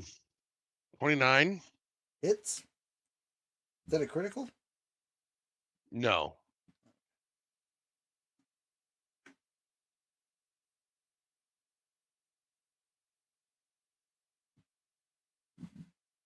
Excuse me.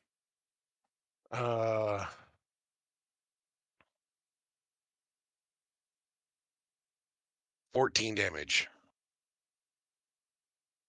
You do 14 points of damage to the already hurt man. He's still alive, but doing my math in my head, I think he's bloodied. He's definitely bloodied. No? Maybe? Yeah. Bloodied. Next. Enemies. All the enemies. So starting with our handy dandy people fighting off the Scorpion of Doom, you take another shot to the back from the dude on the tower. 15 versus your AC there, Barty Bard. 16. All right, he misses. It pinks off your shoulder, just barely grazing you. The one who set up the cauldron last time turns to fight you. He makes 3 attacks. Oof. First one, critical fails. Never mind. Haha. So as he makes an attack, he's still grappled by Stinger, and Stinger just like shoves him in the oil pan or what's left of it. Oh, that's still on fire, isn't it? It's not on fire, it's just super hot oil, but there's definitely some Oh. remnants in the oil bag. It's still going to do some damage. Oh, Stinger likes his deep fried food. I just rolled OT 100, and I was going to be like, oh, it takes, 50% less. So he did literally the max amount of damage possible. Stinger just eliminated this dude out of pure spite. Just dunked him Yes. in the oil and deep fried his ass. Oh. I love Stinger. Next man steps forward and goes, "My friend, how dare you!" and attacks. Use that critical fail dice again, see how it goes. That's much better, unfortunately. Total of 20 against you, sir. Against me or against Stinger? Against you. Ugh. Okay. So Guys, help. because your AC is lower than Stinger's, you can have Stinger use his Oh. reaction to take your hit, basically. But it always hits the lower AC creature. No, I'll take it. He's my good boy. Okay. You take a whopping 7 points of damage, I think. That's right. Yes, 7 points for the first attack, 7 points of damage. For the next attack, because he has 3 of them. So. 15 hits? Nope, 16. You're good.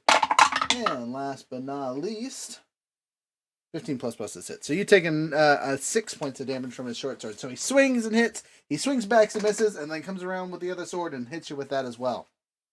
All that healing so- you did last round for naught. Yeah. So that puts me at 29. Okay. Regular enemies. Full Gash over here just terrifying people. Bernie McGee also terrifying people. So I'm going to sectionalize this. These guys are going to step forward to make their attacks. Now, this one moves into your attack range. Do you want to use your reaction to slap him? Yes, I do. All right. Use your reaction to slap him. I mean, this one technically will move forward too, but I would save it for this guy because he's moving first. So roll to hit, see if you stop him in his tracks. 22. Hits, roll damage.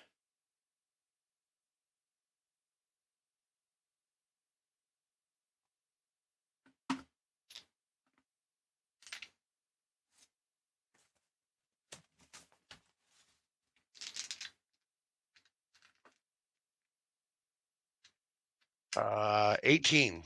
Nice. He is bloodied thanks to your flaming friend. Alright, the 3 attacks from the other guy, because he can actually get to you, are a 2, a 9, and a 13. With pluses will actually hit you. So the short sword goes through again. Whatever reason, their short swords that these guys are rocking are just mean. You take a whopping 6 points of damage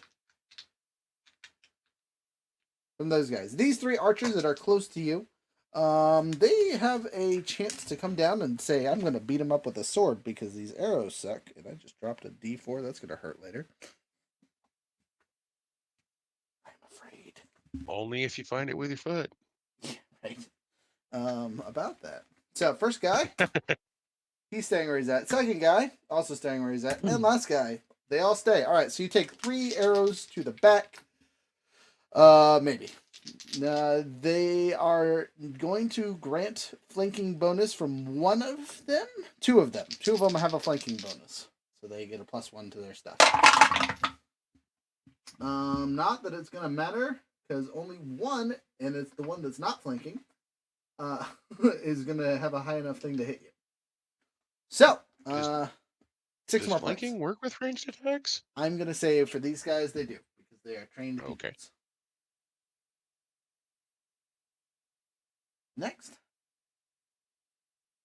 How much damage do I take? With 6 whole points, sir. All right. Honestly, the crossbows aren't that great. Wait, After there's still more people. They gotta attack you there, friendo. right on. So just like their friends, they had the chance to jump down and try to run at you, kind of thing. But these guys are actually going to move to the edge where they saw you run off of. Just fill up. So that's 1, 2, 3, 4 for the furthest guy. 3, 2. So this guy can't even make it the jump. This person can't make the jump. They can though, so they have a chance, and the one right next to them has a chance. Nope. Nope. Okay, well, they're all firing at you. You take 4 shots from them. These guys all have the chance to jump down. Nope. Nope. There we go. All right, one of them's like, "F this noise, haha!" and runs up to you. So you take 1, 2, 3, 4, 5, 6 crossbow shots. None of them granting advantage because that person's on the wrong side. And then 3 melee attacks. So first 3 crossbow shots. Critical hit. Miss and miss. Oh. Next 3 crossbow shots. Miss, miss, miss. And 3 attacks. Long sword, short sword. Miss, hit, miss. And I assuming you are not using your shield this time? I rolled them as if you weren't. But the only one that hit you was the critical, so. Oh. The only one that hit me was a critical? Yeah, so even if you pop your shield, it's not going to save you. Okay. Yeah. Well, to be fair, that's probably what he would have done. So I could drop that spell slot for that. Oh, but you don't necessarily need to, because again, it's a reaction. Okay. All right. Yes, I won't pop the shield this time. Okay, so you get hit once for a critical for a whopping 11 points of damage. And then you're going to make a concentration saving throw to see if you save via your flames, because that's still a thing. It's a con save, right? Yes. 26. You're good. Oof, almost lost it there. Guy's so screwed the next round. All 3 of those guys are. Yep. I can maintain concentration on that and quicken a spell and use an action to cast a spell. Okay. Do you want to use your movement first, run around, and then find a spot to plant at? Oh, it's Rhett's turn though, right? After the enemies? Yes, Rhett. Sorry, you're first before our sorcerer. It's all good. All right. So Stinger's gonna pull the same maneuver and try to pincher the guy in front of him twice and then sting him once. Okay. Roll to hit. So first one's gonna be he's +4, right? Yes. 9, a 16, and an 11. All 3 of those miss. Oh, it's lovely. Okay. So what I'm gonna do.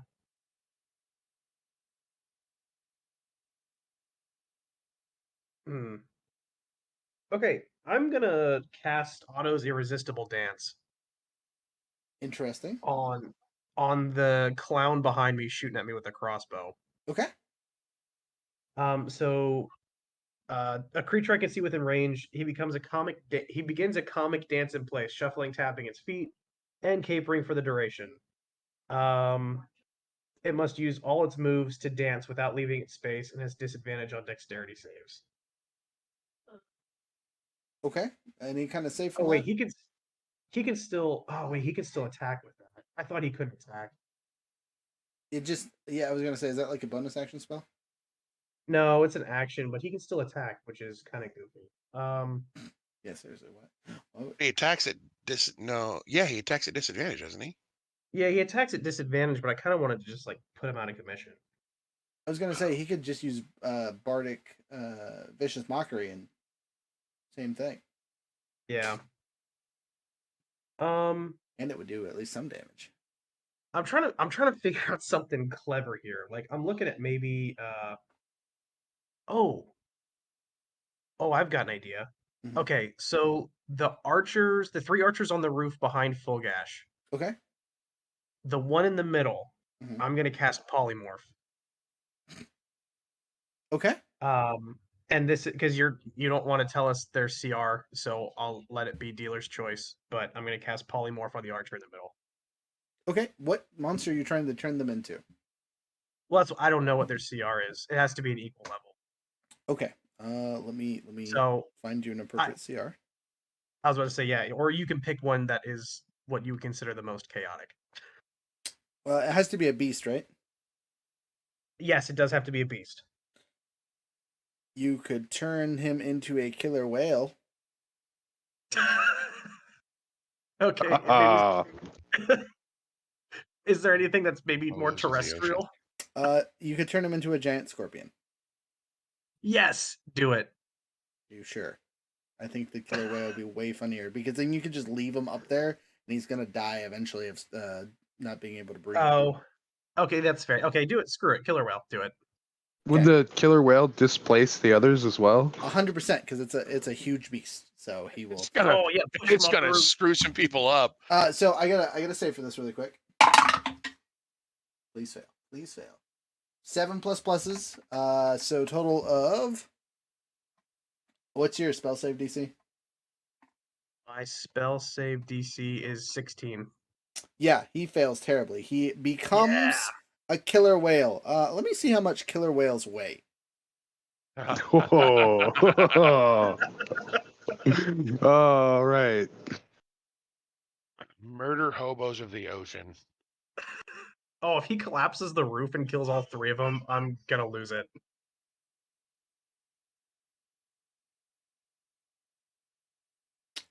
They weigh. 6,600 to 8,800 pounds. Okay, so go ahead and someone roll me a D10 and we'll see how heavy this thing is. I got you.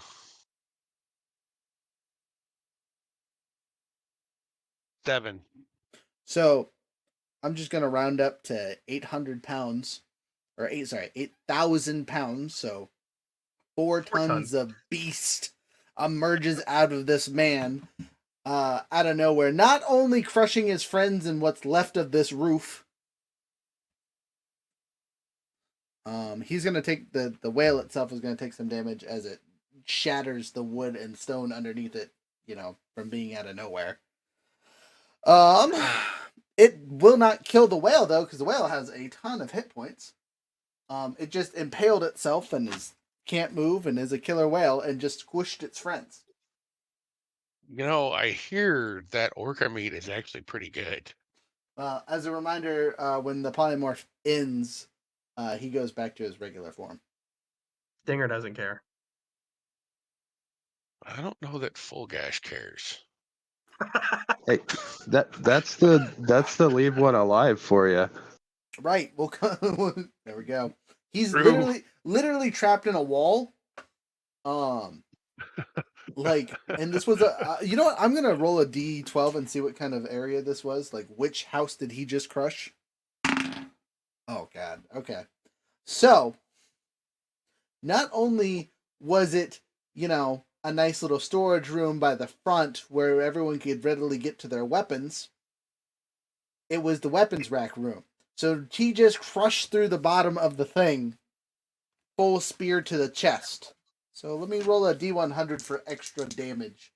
Because I was only going to give him 30 for funsies. He's going to take an additional 52 points of damage. So 80-something points of damage that round. Not to mention his friends that he crushed for, the 50-something points of damage that they could take. So, successful, mostly murder, injured whale dying in the corner. Good job. Well, fantastic use of polymorph. I love bard magic. Indirect damage is the best. Yes. And I still have a bonus action. All right. What would you like to do there, friendo? So let's cast some vicious mockery. On the guy right in front of you? Or the dude shooting from you behind? I'm gonna say the dude. Oh wait, no, that's an action. Or is it hideous laughter then? Those are both actions. Oh, okay. Well then I can't do that. Your bonus action right, we'll kick just- this dude in the face. I hope he falls into the oil with his buddy. he is next to a ledge, so you could technically try it. Well, you can't do a push because that takes an attack action. Yeah. And you We'll haven't do done any some. crazy training, so. We'll do some bardic inspiration. Who's set up to do some crazy damage? Who comes after me? Is it Barry? Yes, but Yes. Barry's in range, and you can see him. All right, Barry, Hey. get some inspiration. Yay! More damage. Yes. So as a side note, he is a glory bard, right? Not glory bard. Valor. Valor bard. So you can use his inspiration die for damage. Oh. And you're what at a D8 or D10. D10? Oh, So your 3d6 from your concentrated spell, plus a d10, yeah. and then dash around and just burn the world down, Barry. Yeah.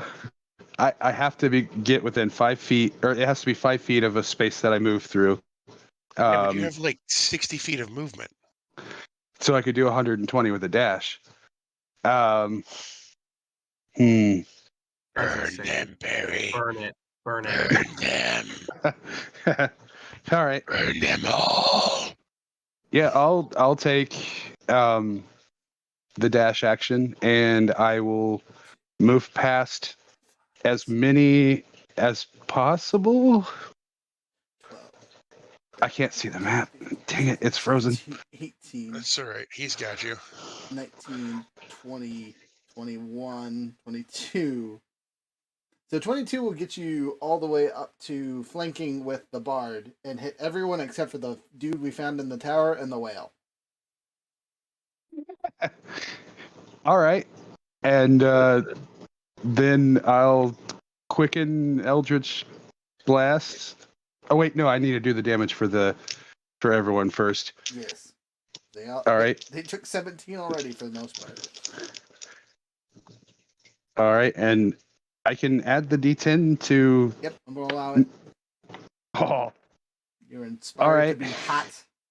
Your impotence is comboed with the need to be angry. 21.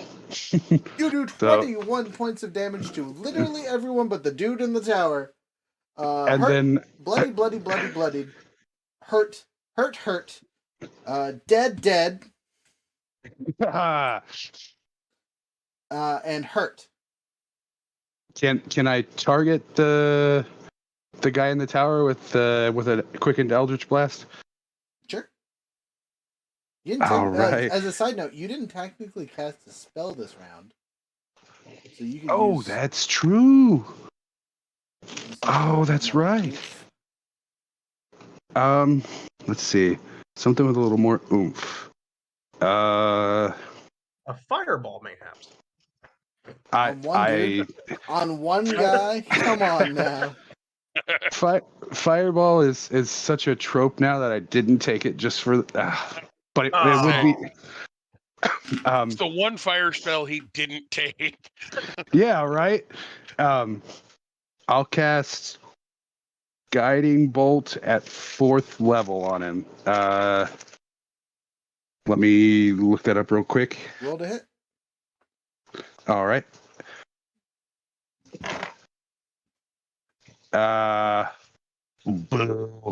16. Does a 16 hit? 16 misses. Oh, doesn't matter that I upscaled it anyway. As a side note question, you don't have anything that would give you a plus, right? No magic items that you're forgetting about. The plus 10 to the attack roll is with the Wand of the War Mage. Wait, there's a sorcerer ability. I don't know if it applies to an attack roll. What is it called? That's to that. I think it's called Sorceress utility. Oh man, I inspired Stinger. I forgot about that. You did. He's still inspired. Yeah, but Barry's about to probably wipe the floor with this last guy you can get to. If I No, can hit he's him. shooting the dude in the tower. The dude right next to him is someone totally different. Oh, Because okay, never if mind. he had shot the dude right in front of him, he would have that +1 to make the attack. But would also be rolling at disadvantage because the dude's, within 5 feet of him. Are you not holding the wand? Hmm? Are you Oh, not no. holding the wand? Oh. I rolled a 6 on the d20. Crap. That ability that I'm looking for works on ability checks, Wait, not attack rolls. you don't have so you got a 16, you rolled a 6 plus 10 from the wand, right? Oh, my spell attack is +10 with the wand, so it's 16 total with the d20. Gotcha. I'm seeing if there's any sorcerer crap I have that can reroll an attack roll, and I don't think so. Oh wait, no. Favored by the gods. Once between rests, I can add 2d4. That'll do Uh, adding 5 makes it a 21. her. Alright, even if he had the shield spell, that'd still hit him.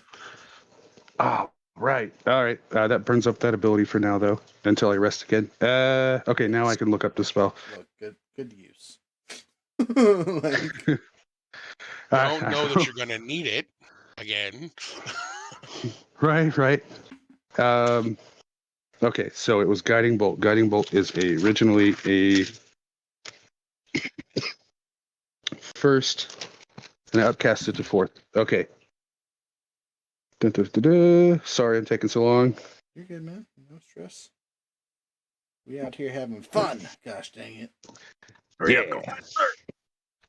Okay, so 5. It's 76.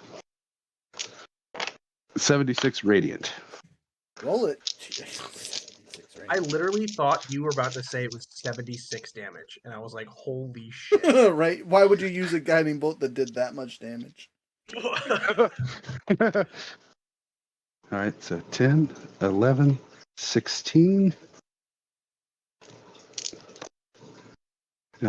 21, 25, 26 damage. You do 26 points. He's bloodied. Well, not quite. I take that back. He's hurt. At least I hit everyone. All right. That's me, and the commander's dead, right? That's me in the corner. Yes. So it's now it's Profi. Profi's invisible. These guys are all hurt, and he's just like na na na na na na na na na na na na na. Someone's get a 10-step. So I'm gonna take out this dude in the middle of the field. 1, 2, 3, 4. I'm invisible, so I have an advantage. Just for funsies, I'm actually gonna use my bonus stabby dagger, so my weakest dagger possible, to hit this guy.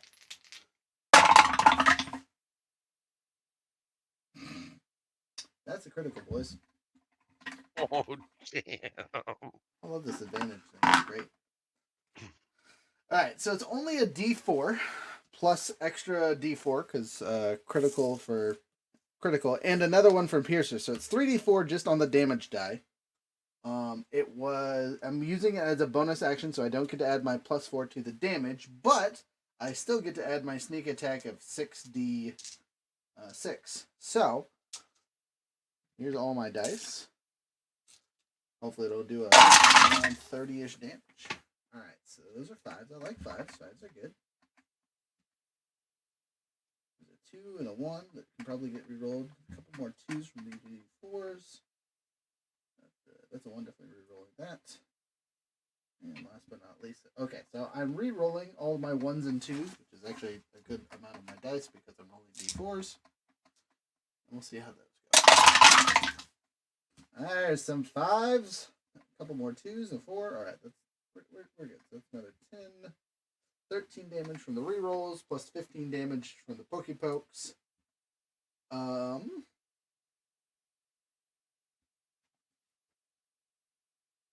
It's my Psionic Blade, so I'm going to worry about that.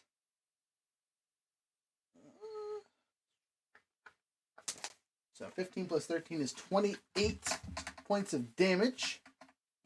With the damage that you caused to the poor Yahoos earlier, which was what, 21? Yes, 21. And 17, because you also hit these guys running around getting to the other side. So he did.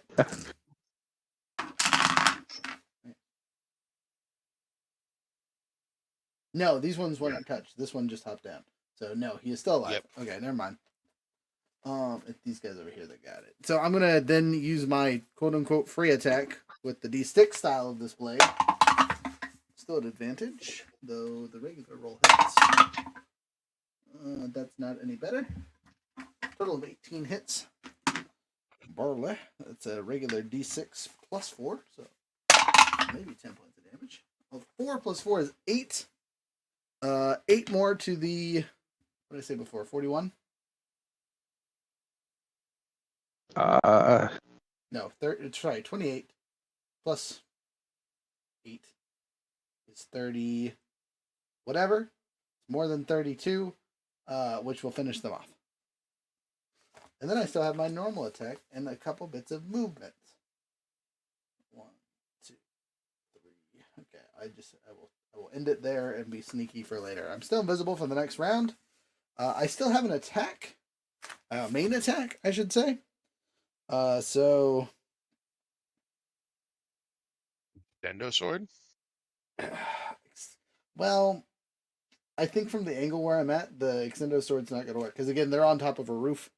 It's not a super tall roof, but it's like too much cover. What I can do is use my short bow. Excuse me. And attack these guys over here from invisibility, so it's still at advantage. Excuse me. High is 11 plus 7, 18 hits barely. My short bow does a whopping D6, I believe.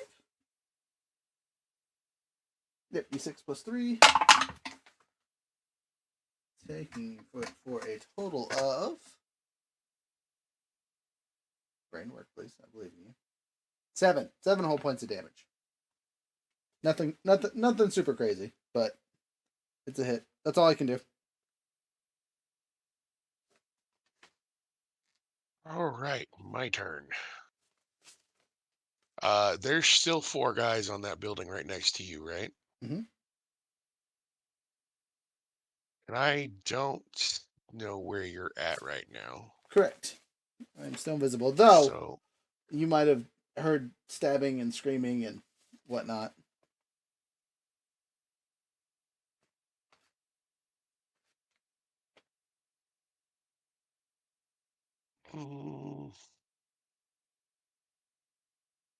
Well, yeah, I heard the stabbing and the screaming. I could see the one guy go down, but once you moved after him, I don't know where you went. Correct. So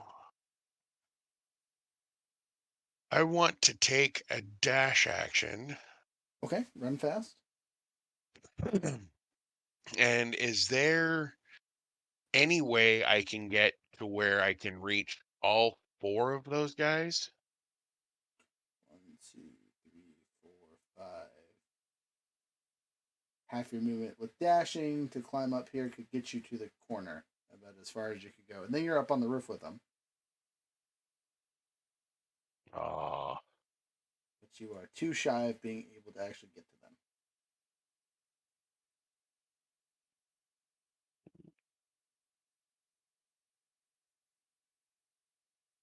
what if instead of going, Instead of climbing, so again, let's put you back where you were, which was right here. yep, 1, 2, 10, 4. 15, 20. What if you just made a jump there instead, making an athletics check to see? Because you should be able to jump on top of this roof. It's not that high up. Yeah, let's do that. Heck, I mean, you could be sprinting and then make your jump if you're dashing as well, you know what I mean? That 1, 2, 3, jump 4, basically get you there, and then you still have 2 bits of movement. But you gotta make an athletic save. You know, biff it. Well, I do have a +9 to athletics, so Don't biff it.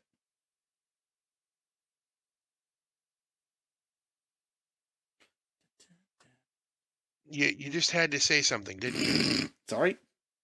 Just had to make a comment. What'd you do? So where do I face plant? Oh, what'd you roll? A 1? Critical fail. Oh yeah. So you make your jump and dive, and instead of jumping up on the roof, you dive into the building. So you're still technically where you were at, but you're in the building underneath these yahoos. Let me see what building you just crashed into. You're in the kitchen area, so food stocks and whatnot. There's pots and pans and all that fun stuff. So I'm gonna say, just because F you politely, as you dove into the building at full bore, the door, kind of opened.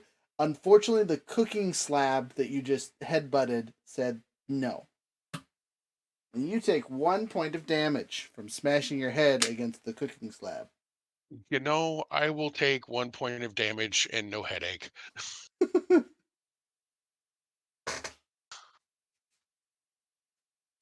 As a reminder for everyone else watching, we do be human, or in this case, half orc. Next, or do you have more that you can do? You still technically have an action surge, I guess, Yeah. but you really don't have any good movement left, so you're underneath. Stab these up through the guys. floor. I mean, not unless there's a way to get up from inside. I mean, stab up through the floor is an option, but you got to beat the floor's hardness, and you're still making a blind attack, so be at disadvantage and all that other fun stuff. Is there no way up to the top roof of the building from inside? No, the ladder's on the outside. It's over here. If I Actually, action search I to move, take that back. There actually isn't a ladder. They just climbed up because it's stone wall. You could action search a move and go 1, 2 to get out, and then climb the rest of your action to get here.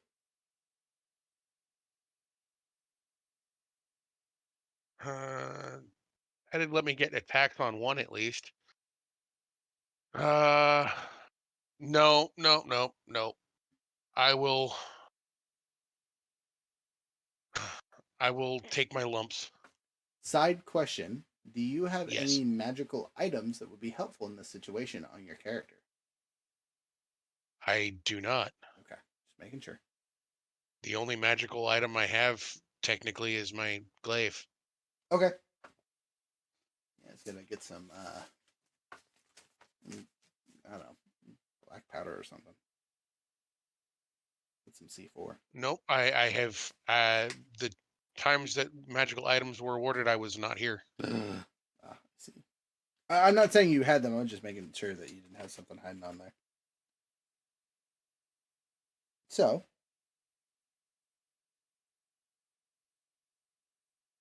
I still have T-Rex teeth on my character. Why have I not sold these or turned them? I mean, I could light the building on fire from inside. That is an option. You probably do have the materials to do so. But as I mentioned before, it's where they cook, so it's made of a lot of stone, and burning it isn't necessarily going to be the most effective thing. That's true. So, no, I'll let it slide and pass it on to the next person. Passing it on to the next person. Double and pass it on, huh? Next. Enemies. Enemies. They're like, where is he? Well, some of them just saw me dive into they did. So I'm gonna roll dice, and if I roll odd, they are going to try to attack other people. I'm gonna roll an E. If they roll even, they're gonna ready attack for when you run out the door, basically. Not that you know that, but you know that. Odd, even, odd. So, 3 of them are going to attack other persons. 1 person's going to shoot at the door. The 2 on the far side, again, because the door's kind of in the way and closed, they are going to do the same thing, basically. Either shoot at our other 2 yahoos or whatnot. I mean, heck, they'll probably actually move closer because they're connected up top here. 1, 2, 3, 4, 5, 6. 6. They're coming for you, boys. They're gonna shoot at you two. I'm not even gonna roll it because that wouldn't make sense. So you have 3 ranged attacks being fired at you guys. Guys, I can't take this much damage. Yeah, I was gonna say, we're gonna do odd even. So odd even. First guy, odd. Second guy, odd. Third guy, odd.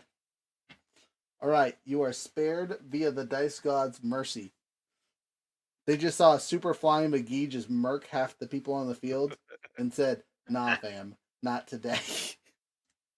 we can't even outrun this guy. He's just gonna kill us and burn us to ash with insta damage." All right, first attack, critical fail. Second attack, hit, and final attack, another critical fail. That's an 8. Okay, sorry, dice are not good on the lighting here. So one of them critically fails. I'm going to say it's the dude in the tower that got hit with the guiding bolt. And as he steps forward, he steps on a loose stone and falls to the ground. Ah! Ooh! So hard it flipped his color. So he only fell 20 feet. So he's only taking, he's fully close. So he's taking 2d10. And it was a surprise. So you're not going to see it coming.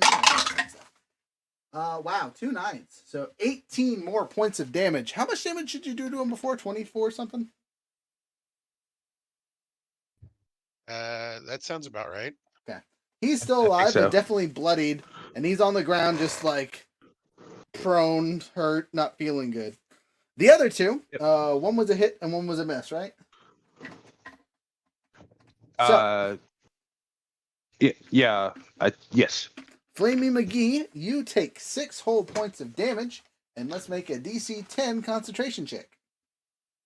Alrighty.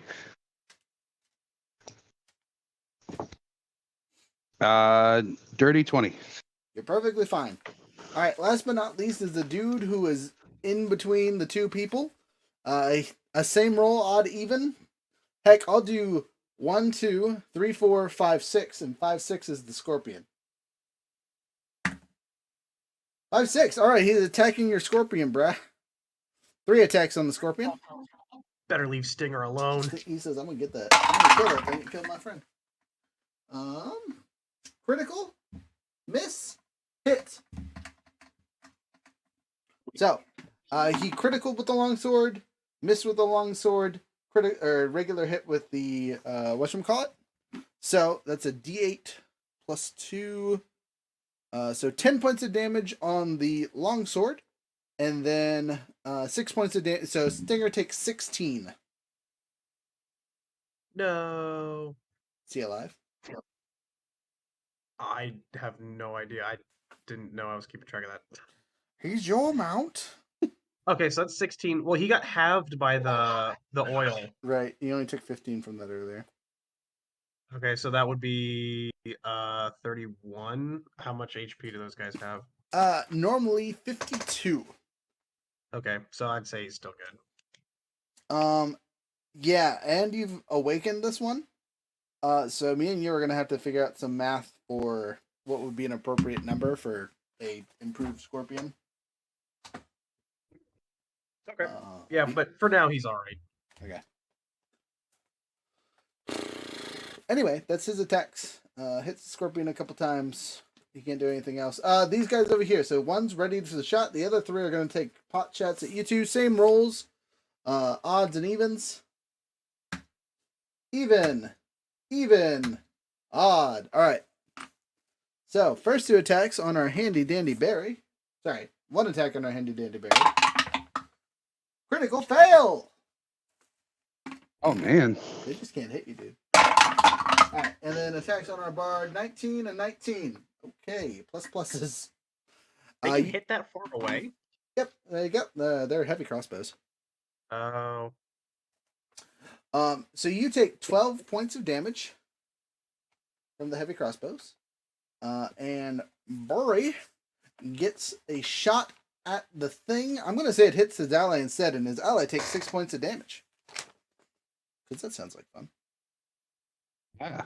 They were all trying to shoot you and the scorpion and found a friend instead. Hurt so good. Friendly fire is always on. Friendly fire is always on. You're right. All right. That's all of their turns. I believe it is now Your turn. me. It's No, my turn. no, it's Okay. Rhett. My bad. I was like, hold up. Yeah. Sorry, I'm used to enemies going last, so that's my bad. All right. Me and Stinger are not doing well. Nope.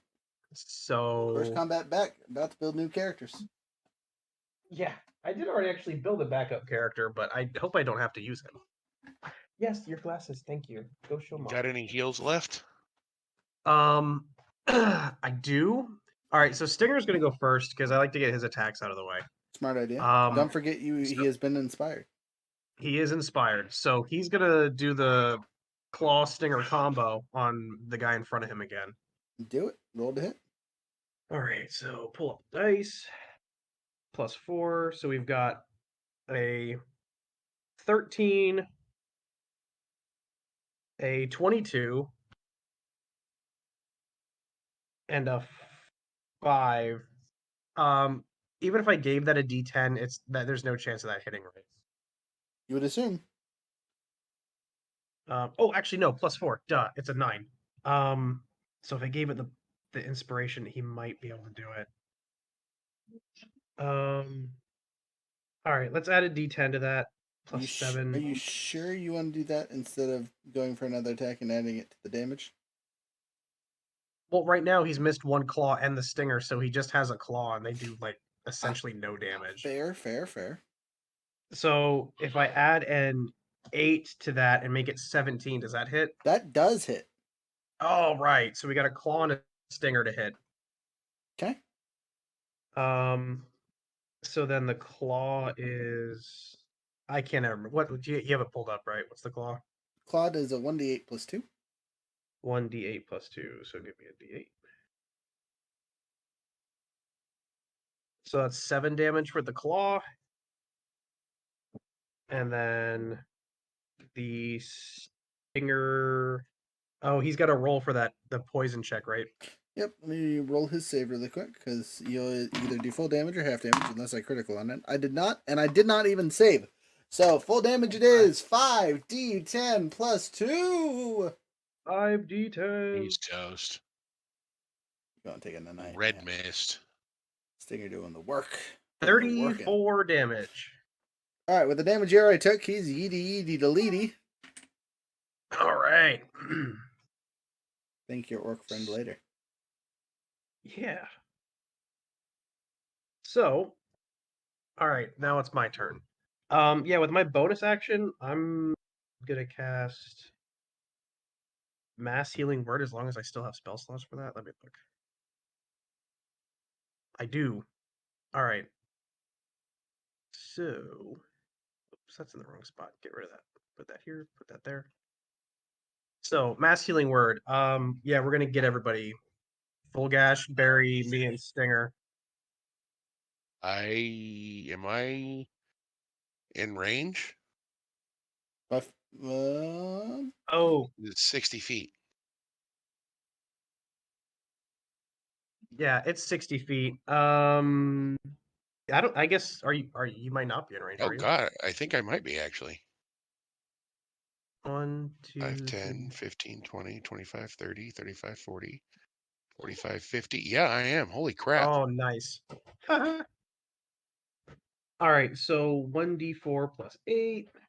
So let's roll ourselves a d4. So 9. All right, 9 points of health for everyone. woo! Oof. That puts me up to a whopping 26. Says Profi, who hasn't taken any damage at all. Yeah, right? You guys said sneak in and do things. I've been successful in the projected task. You absolutely have. I'm not giving a shit about that. That is the best spell to cast on a rogue. I Honestly. cannot lose, boys. Auto advantage on everything. If I was an assassin, oh. But no, I'm on the psionic thing. I can't miss an attack ever. Okay, can I move past Barry? Like, can I get Yes. around him? Yes, you can. Okay, 1, 2, I'm gonna 3, use my 4. yeah. I'm just my plan is to get away. Um, I want to get away. They're trying to kill me. I So could. let's see. 1, 2, 3, 4, 5 could get you there. That's Speed of fine. 6 there, because scorpions have 20 or 30 feet, right? Yes. Or do they have 40? I thought it was 30. I can pull it up. I literally have it in my hand. No, it's 40, sir. So you can get all the Oh, way up to nice. here. All right, get up there. So while you're up there, your scorpion has 3/4 cover. You have no cover because you're standing on top of the scorpion. Okay, can I use? I still have an action. Can I use my action to dismount and like You take cover? you 100% can just prone dive in the corner, just and then you All have right, full that's what I'm cover doing. from everybody. You guys, you boys handle it for a little bit while I heal. Stinger's over there. His stinger's popping up over the edge like a periscope. You're over there on the Yeah. ground, just like heal, heal, heal, heal, help, help, help. All right. After you, I think it's back to Profi. Profi. After red is me. Oh yeah. Oh no, I'm gonna forget people. All right. You have 2 enemies across the walkway from you, and 1 enemy that has slipped and fallen and hurt himself on the ground. He is currently prone, but you hit him with the guiding bolt, so it'll be a regular roll if you attack him, unless you make him do All a right. saving throw of some sort, and then he'll have Do you disadvantage. still have concentration? Yes. Yeah. I will. Do another dash? Uh. Hmm. Let's see. What are my options? Um. 12 would get you here. 13, 14, 15, 16, 17, 18, 19,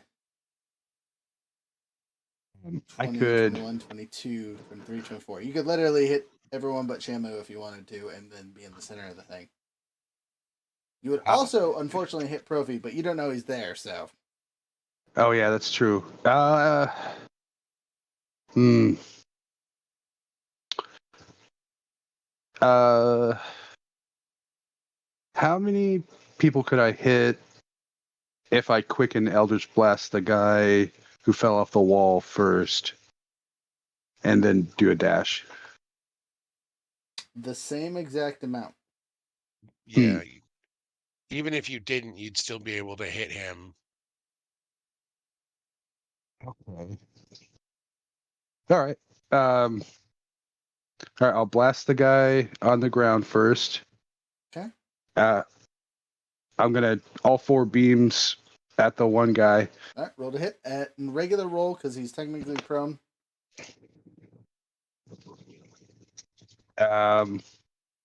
Does a 16 hit? Nope. Damn it. Okay. Well, and then I will dash and try and move past as many people as possible. You literally can hit every single one of them with a dash and land up there. I can't. That map keeps freezing on me. It sucks, but Anyway, all right. you get them all. Give me your damage roll. All right.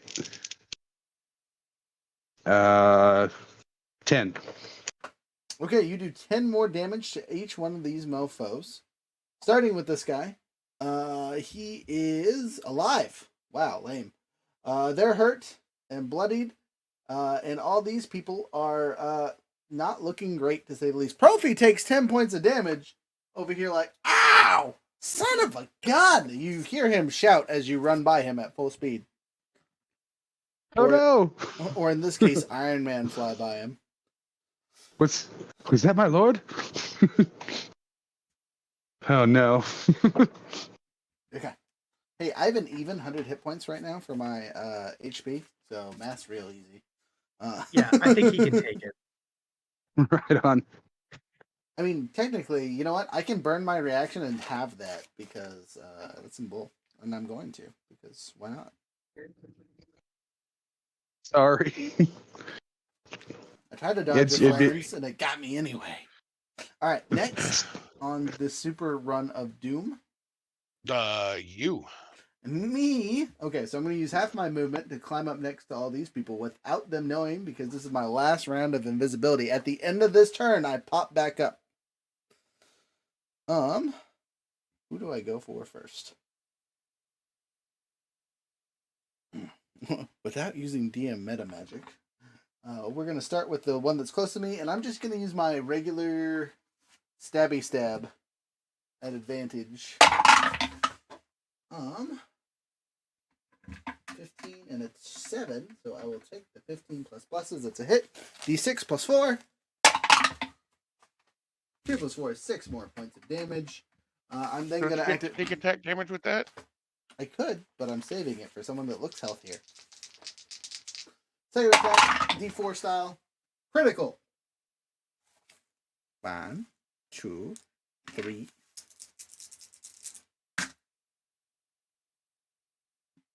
2, 6, 7. 7 more points of damage.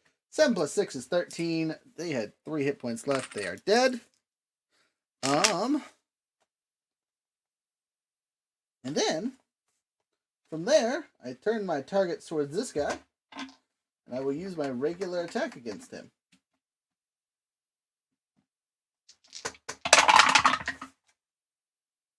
12 is my high number, plus 7, so 19 hits. I'm going to hit and do my crit. So 1, 2, 3, 4, 5. Where's number 6? 6, and my D8. I'm re-rolling these 2 ones and keeping everything else. One of them didn't change. Alright, so 4, 10, 20, 29 plus 4. Exploded and deleted. And I'll stay where I'm at. So that was action, bonus action, free action, and move action. That's all I can do, friends. Oh, story effect, I guess, for the critical on the psionic wimpy blade stab.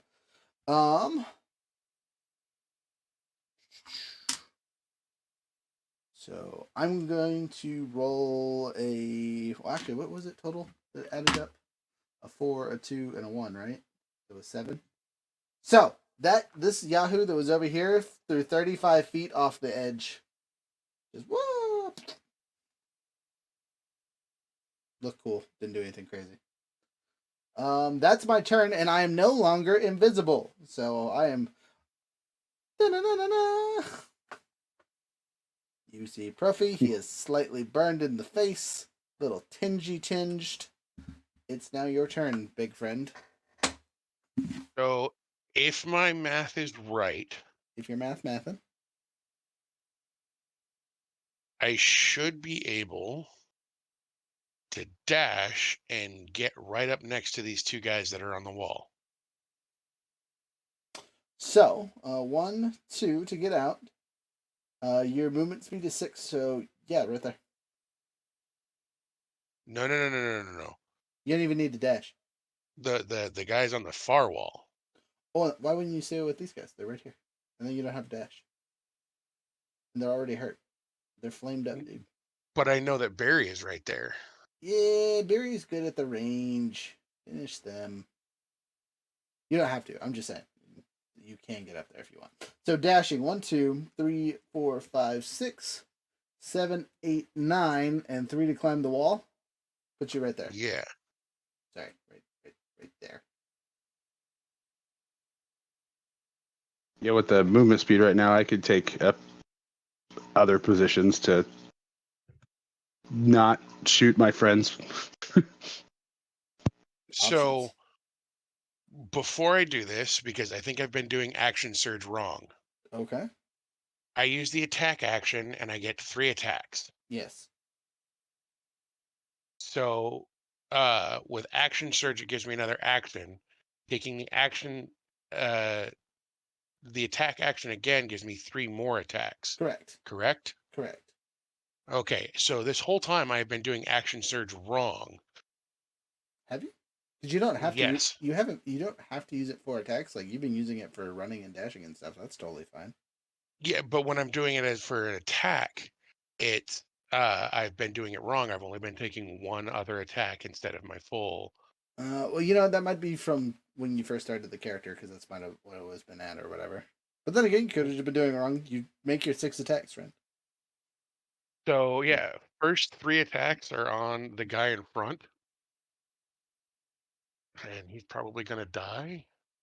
Yeah, he's not doing great already.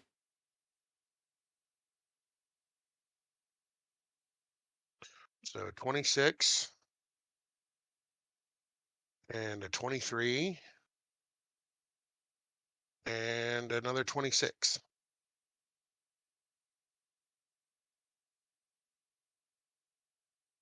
All of those hit.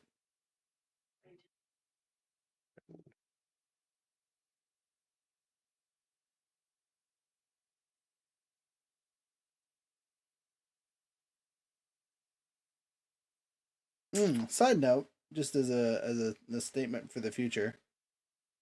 Yes. With this flamey stride that we've been doing, it doesn't give you a fly speed. Nope. It's either and my fly speed is 30. It doesn't say equal to walk speed. It just says Well, what? your speed increases by 20 feet. So, can you fly normally? Oh wait, here it's in the ASMR racial. Gotcha. Okay, so it's you just as a retcon, so you know from before, you didn't actually activate that ability. Oh, I haven't used the flying ability. The what is it? It's called. I know what You you're talking get about. wings. Yeah, You yeah. use it in the last against the gobbler.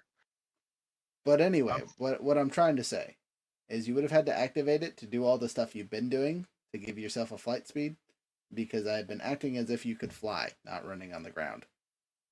Oh, dang it. Yeah, the map keeps freezing on me. I'm sorry. No, you're good. I'm just gonna say you've burned that racial ability. DM is going to allow you to have used it as a bonus action early on. Okay, yep. I will check off Radiant Soul. All right. But so the a Chardalon stride adds to the fly speed? It just says increases your speed 20 feet, and moving does not provoke opportunity. So your speed does not apply to walking speed or flying speed. It is just your speed. So this also applies if you were swimming or climbing or any of the other things that you could be doing. It just adds plus 20 plus the extra stuff for casting at a higher level. So if I pop the sorcerer wings later at a higher level and then dump a 9th level slot into it, I could be flying around and burning everything. Yes. Oh man. Okay. Yeah, so awesome. just think of this as like your Naruto running and flames are shooting out of your hands to make you go faster. Yeah. Is visually the easiest way to think about this. You're just like and then burning everyone as you run by. I thought it was a cool spell. It is. It's a awesome. great 3rd level spell. Oh yeah, especially when you upcast it. But yeah, it's awesome. Thanks for the Dragon Treasury book. But yeah. So that guy takes 50 points of damage. Deleted next. And then I'm going to action surge for 3 more attacks. You don't even got to move.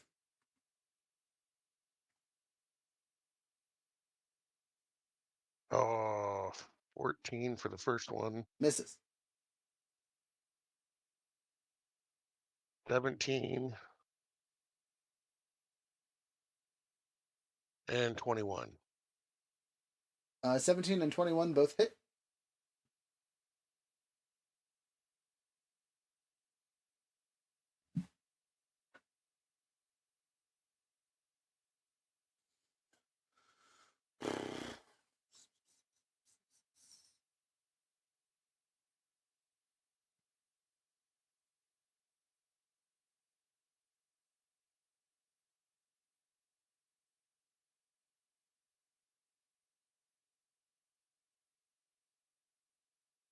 Only 24 damage. Only 24 damage. Well, with the damage he's already received, he's still alive. Not looking great though. Gonna Bonus. piss him off enough to get his attention on me and off of my scorpion pal. So I just thought about something. You had to sprint to get over here, right? Yes. So you wouldn't have had an attack action to start.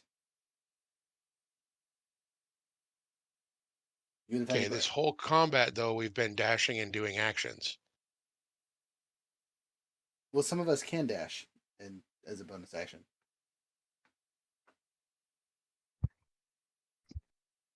So I have a thing called cunning action that allows me to dash as a bonus action.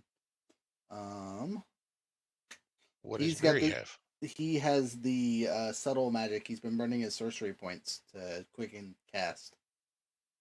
Yeah, I've been quicken casting as a bonus, and then using my action to dash, and then the spell adds like 30 feet more movement. So I've been moving around at 60. at well, it would be 60, and then the dash makes it 120. And Gotcha. yeah, it's not actually an attack. It's just if I move close to somebody, they get burned. And also objects that aren't being worn or carried. So the There's place just should fire be. just everywhere. Yeah. Yeah, there's fire everywhere. It's a super reckless spell and should not be used indoors. Okay, well, do you want to retcon the damage on that guy then? And the action surge? Well, the action surge would still be used to hit that first guy for 50 something points. Oh, okay. I mean, he's still dead. This guy's just not going to take the 24. Okay. You have a bonus action, I assume, though, so you could still swack him with your pommel or whatever, like you have. Nah, that's all right. Okay. Oh, I'm sorry, not to be mean. I just was counting in my head. I was like, that's one move,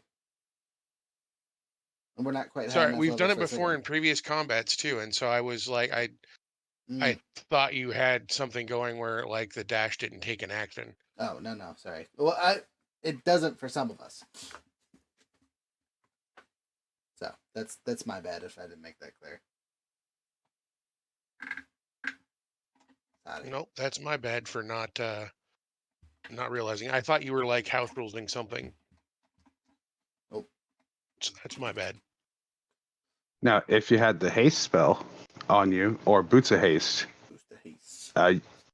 you could totally pull that move where you dash and then attack and then action surge. I think. Isn't that how that works? More or less. That is not the case currently. But I would consider finding them in the future for you guys if you ask nice enough. Anyway, who's next after the man that just got clobbered? It's the enemies, right? The enemies, yep. Okay, so that dude's right where he's at. I'm going to roll a d12 because he just, watched his friend get eviscerated along with pretty much everyone else at the camp. To Valhalla he goes. He steps forward and makes his 3 choppy chops. Alright, first attack, second attack. Terrible miss, kind of sort of miss. Actually, what's your AC? Sorry, 16, right? Yep. The 17 hits and 19 plus 5 hits. So you get hit twice. Once for 7, once for 6. Okay, hold on. So he missed with the first attack? Yes. Okay, I'm gonna burn my reaction. Slap him.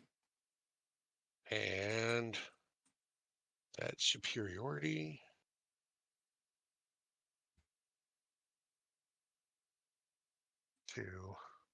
Probably not going to do enough damage to kill him, but Something crit. is better than nothing.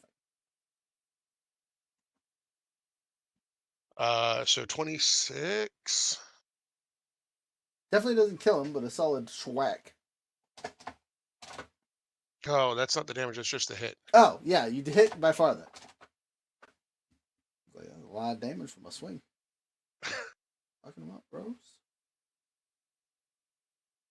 16 damage. You just sick. That's still good damage. Not dead. There's the other guy over there. Now it's He does the damage Now to he you. does damage. Yep. Yep. So you take total of 13. 1, 7, 1, 6. And then we got these two. They see me. They see Barry. I am closer, so they're just gonna step up, and they can honestly flank me. And they're soldiers, and they're smart, and they will. So they don't get an advantage on their attacks, but they do get to make 6 attacks with a +1. 1 hit, 2 hit. This is gonna hurt. 3 hit, 1 miss, and that's it. Critical fail and 11. So that 11 doesn't matter. So I get hit 3 times. So the first dude just lays into me with everything I got. The other dude's like miss, critical fail. So with a critical fail, I'm going to allow myself to just force yeet him off the edge, or at least make an attempt to do so. So he makes a strength check as he gets pushed. He fails terribly. That's a 3 plus pluses. Does not beat my would-be 13. He gets off the edge for a whopping 2d6 worth of, 2d10 worth of fall damage. Don't think that would kill him, but it's something. Not with 5 whole points of fall damage. He's still alive. Me, on the other hand, I took 20 points even. You're fine. I'm fine. I am going to take the one of the 2 7s and cut it down, so it's actually 17. Right? Oh, you're Yeah. plenty fine. I'm good. All right, I'm at 83 total hit points. That's not right. Add 5. 88 total hit points. We're good. Okay. Oh, dude on the ground's gonna stand up. And he's gonna roll his 12. He says, F this noise. 1, 2, 3, 4, 5, 6 as he hobbles away as fast as he can. That is him dashing because he is well injured. Looks Next. like scorpion meat. He's super lucky I missed. Yes, he is. That's their turns. So Bard, are you gonna stand up and shoot that guy? How far away is he from me right now? So if you stand up, you use half your movement and then walk to the edge. 1, 2, 3, 4, 5, 6, 7, 8, 10, 11 away. So 55 feet. Okay. I can't, like, quote unquote shoot him. I don't have a range, but I could hit him with some vicious mockery while he runs away. Totally an option. All right, I'm gonna vicious mockery him. All right, he makes a save. So he has to do a wisdom save. That's a 12, and then they have I think a +1 on wisdom. Look. That's not gonna help him anyway. Okay. What? So. Wisdom. No, nothing. So 12 total.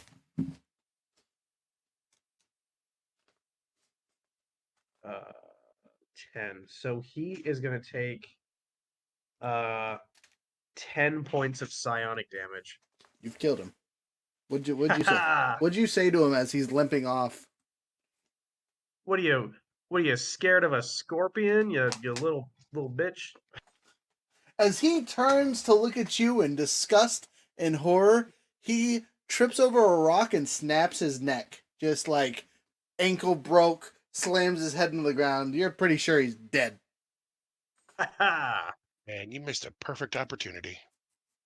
For what? Oh God, what is it? Holy Grail. Dark ran away, are you? Your father smells of elderberries. You are in the right There was position. a hamster. Yeah. He bravely ran away, he bravely ran away. All right. Can Stinger reach the dude that Fulgash is grappling with right now? Possibly. Here, I'm gonna put Stinger as a dice. You're the red dice, right? I'm blue. You are blue. All right, Stinger's gonna be the blue dice for now. So you dismounted him over here and stood up and moved. So it has a 40 speed. 1, 2, 3, 4, 5, 6, 7, 8, we get him here. He could technically dash for his action. 3, 4, 5. But then he wouldn't have any attacks. But he would be flanking.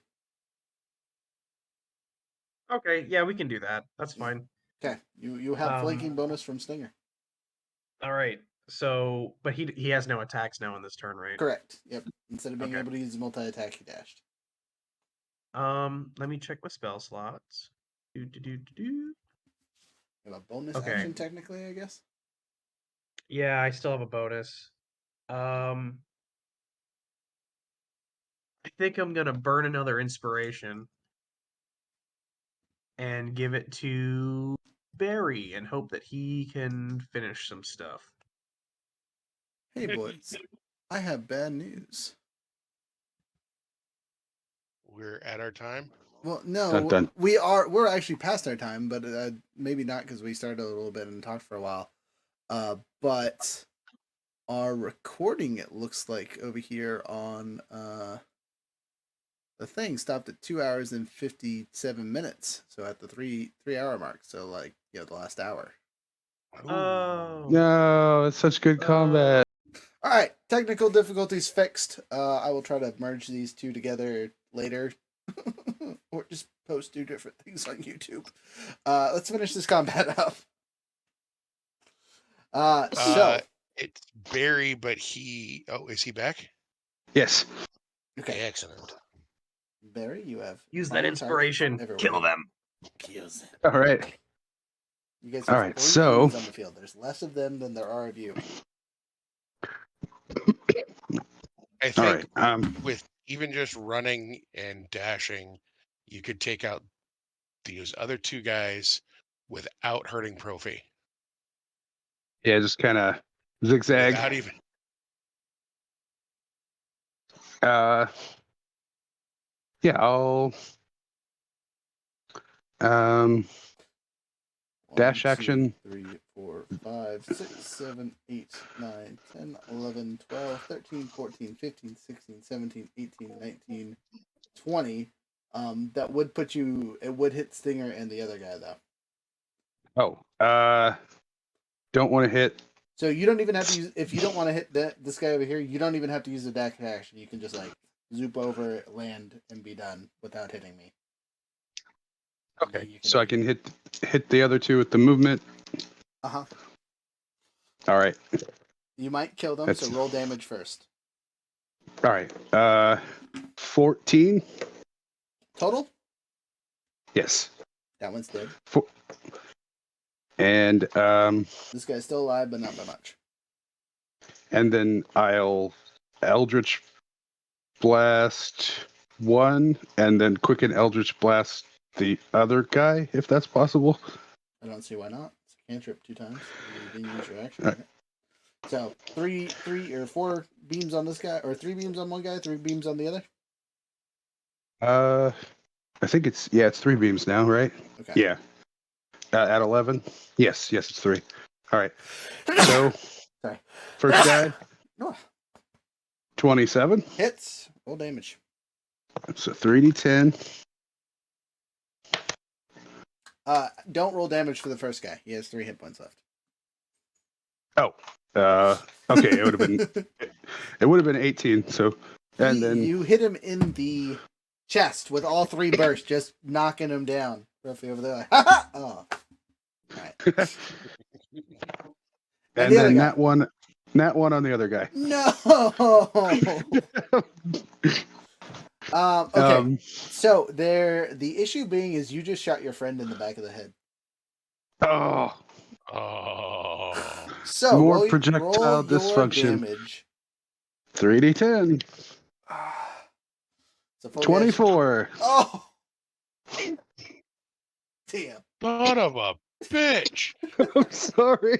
So you just see these bolts fly over the roof, you know what I mean? They're kind of like arc shot over, like you can just barely see Barry's casting the spell as you turn to look and it just pegs you right in the back of the head. I don't even see him casting the spell. I just get hit in the back of the head. Ooh, yeah, Oops. yeah. Dang it. I'm going to blame the ring. The upshot of this is that I don't know that everybody over there is dead. It's pretty So apparent you can. that the magic that just hit you was magic. These guys haven't shown any magic abilities yet. Oh, Yeah, they're flavored to be like goldeny sunbeams to. It's very I apparent he got definitely you. know it was you. Yeah, there's no avoiding that. He just hit you on accident or on purpose. You don't know. Barry, you dick! Sorry. Leave Barry alone. Top of the order. That would be you, sir. All right, I'm gonna burn one of my knifey daggery things. And let's see, is that a D10 or D8 at this point? For Bob, excuse me, sorry. 1d8. Okay. So as a bonus action, I'm going to try to do my teleporting thing. I can jump 40 feet with my dagger throw. 1, 2, 3, 4, 5, 6, 7, 8. Huzzah! Hello, friends! Just a straight line dagger. So you see whatever the heck my psionic daggers look like, it yeeted from the other side of the building. I teleport next to you and say, Avachi, pokety poke. We'll see if I hit. I'm not invisible, but I do have allies here, so if I hit, I get to activate sneak attack, but it's just a regular roll. Ooh, that's not good.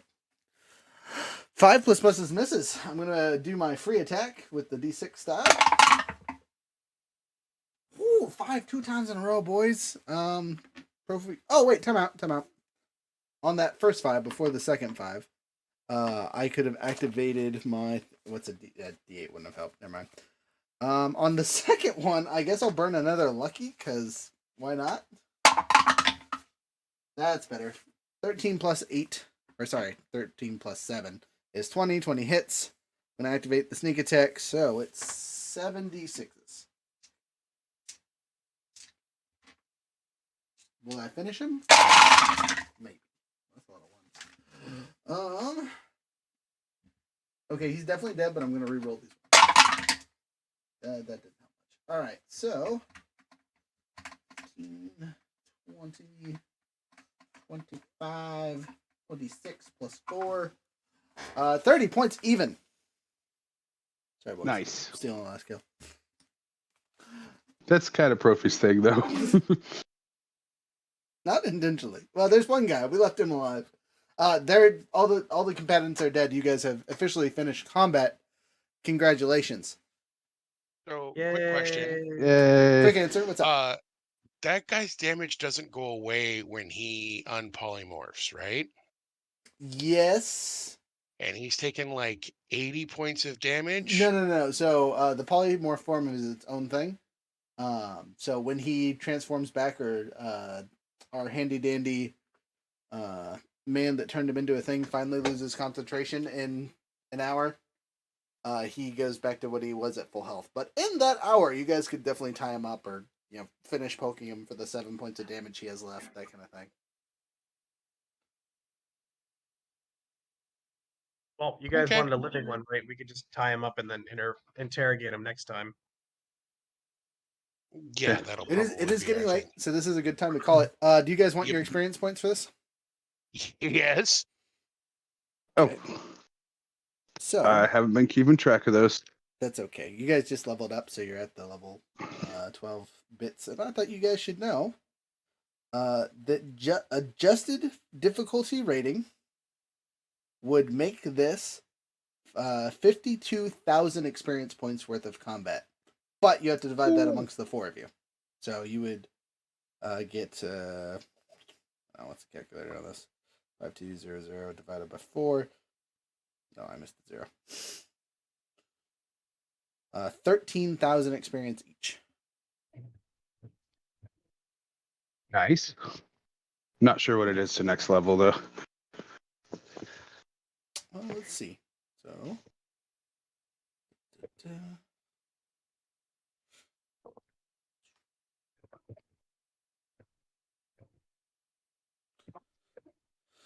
Leveling up. So you guys are currently level 11, which is at 85 even. And jumping up to 12 is 10,000 even. So 13 plus 85 is 98. So that puts you 2,000 experience points shy of the next level. Oh. Too bad we So can't that was search out this 10,000 even. Huh? 100.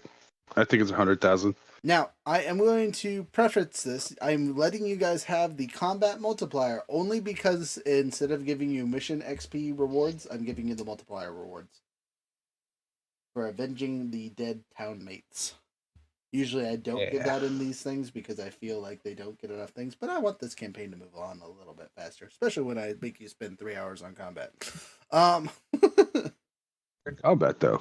Yeah, I was gonna say we'll do our after action review. Besides that, but if someone could make a note on one of their characters that we are at 98 thousand experience points, basically next level. As long as you guys get in some kind of fight, our next session, you'll probably level up. Eventually, we'll make it to these graves. Yeah.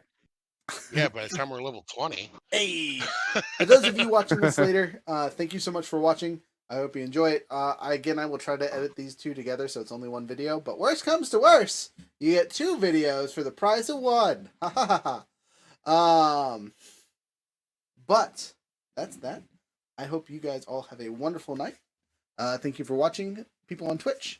Thank you for watching, people on YouTube. We will talk to you all later. Here, let me put my face on the screen because it's easier to see it. Turn it off and turn it on. Turn it off. Turn it on. Yeah, maybe. There it goes. Aha! It's my face. Anyway, that's it. With it. Sorry, code. Oh man, totally forgot the code. We're in December now, so we get a new code. Last month was Turkey 907. This month is Santa 907 because we're real creative around this joint. So if you go on the website and need 10% off, enter Santa 907, capital S, everything else lowercase. Bada boom, bada bing, 10% off. If you're not already, a subscriber or something like that has a better code. Anyway, you guys got any last minute thoughts before we run off to our after action review? No. I'm good. All right, cool beans. With adventure in mind, have a wonderful day.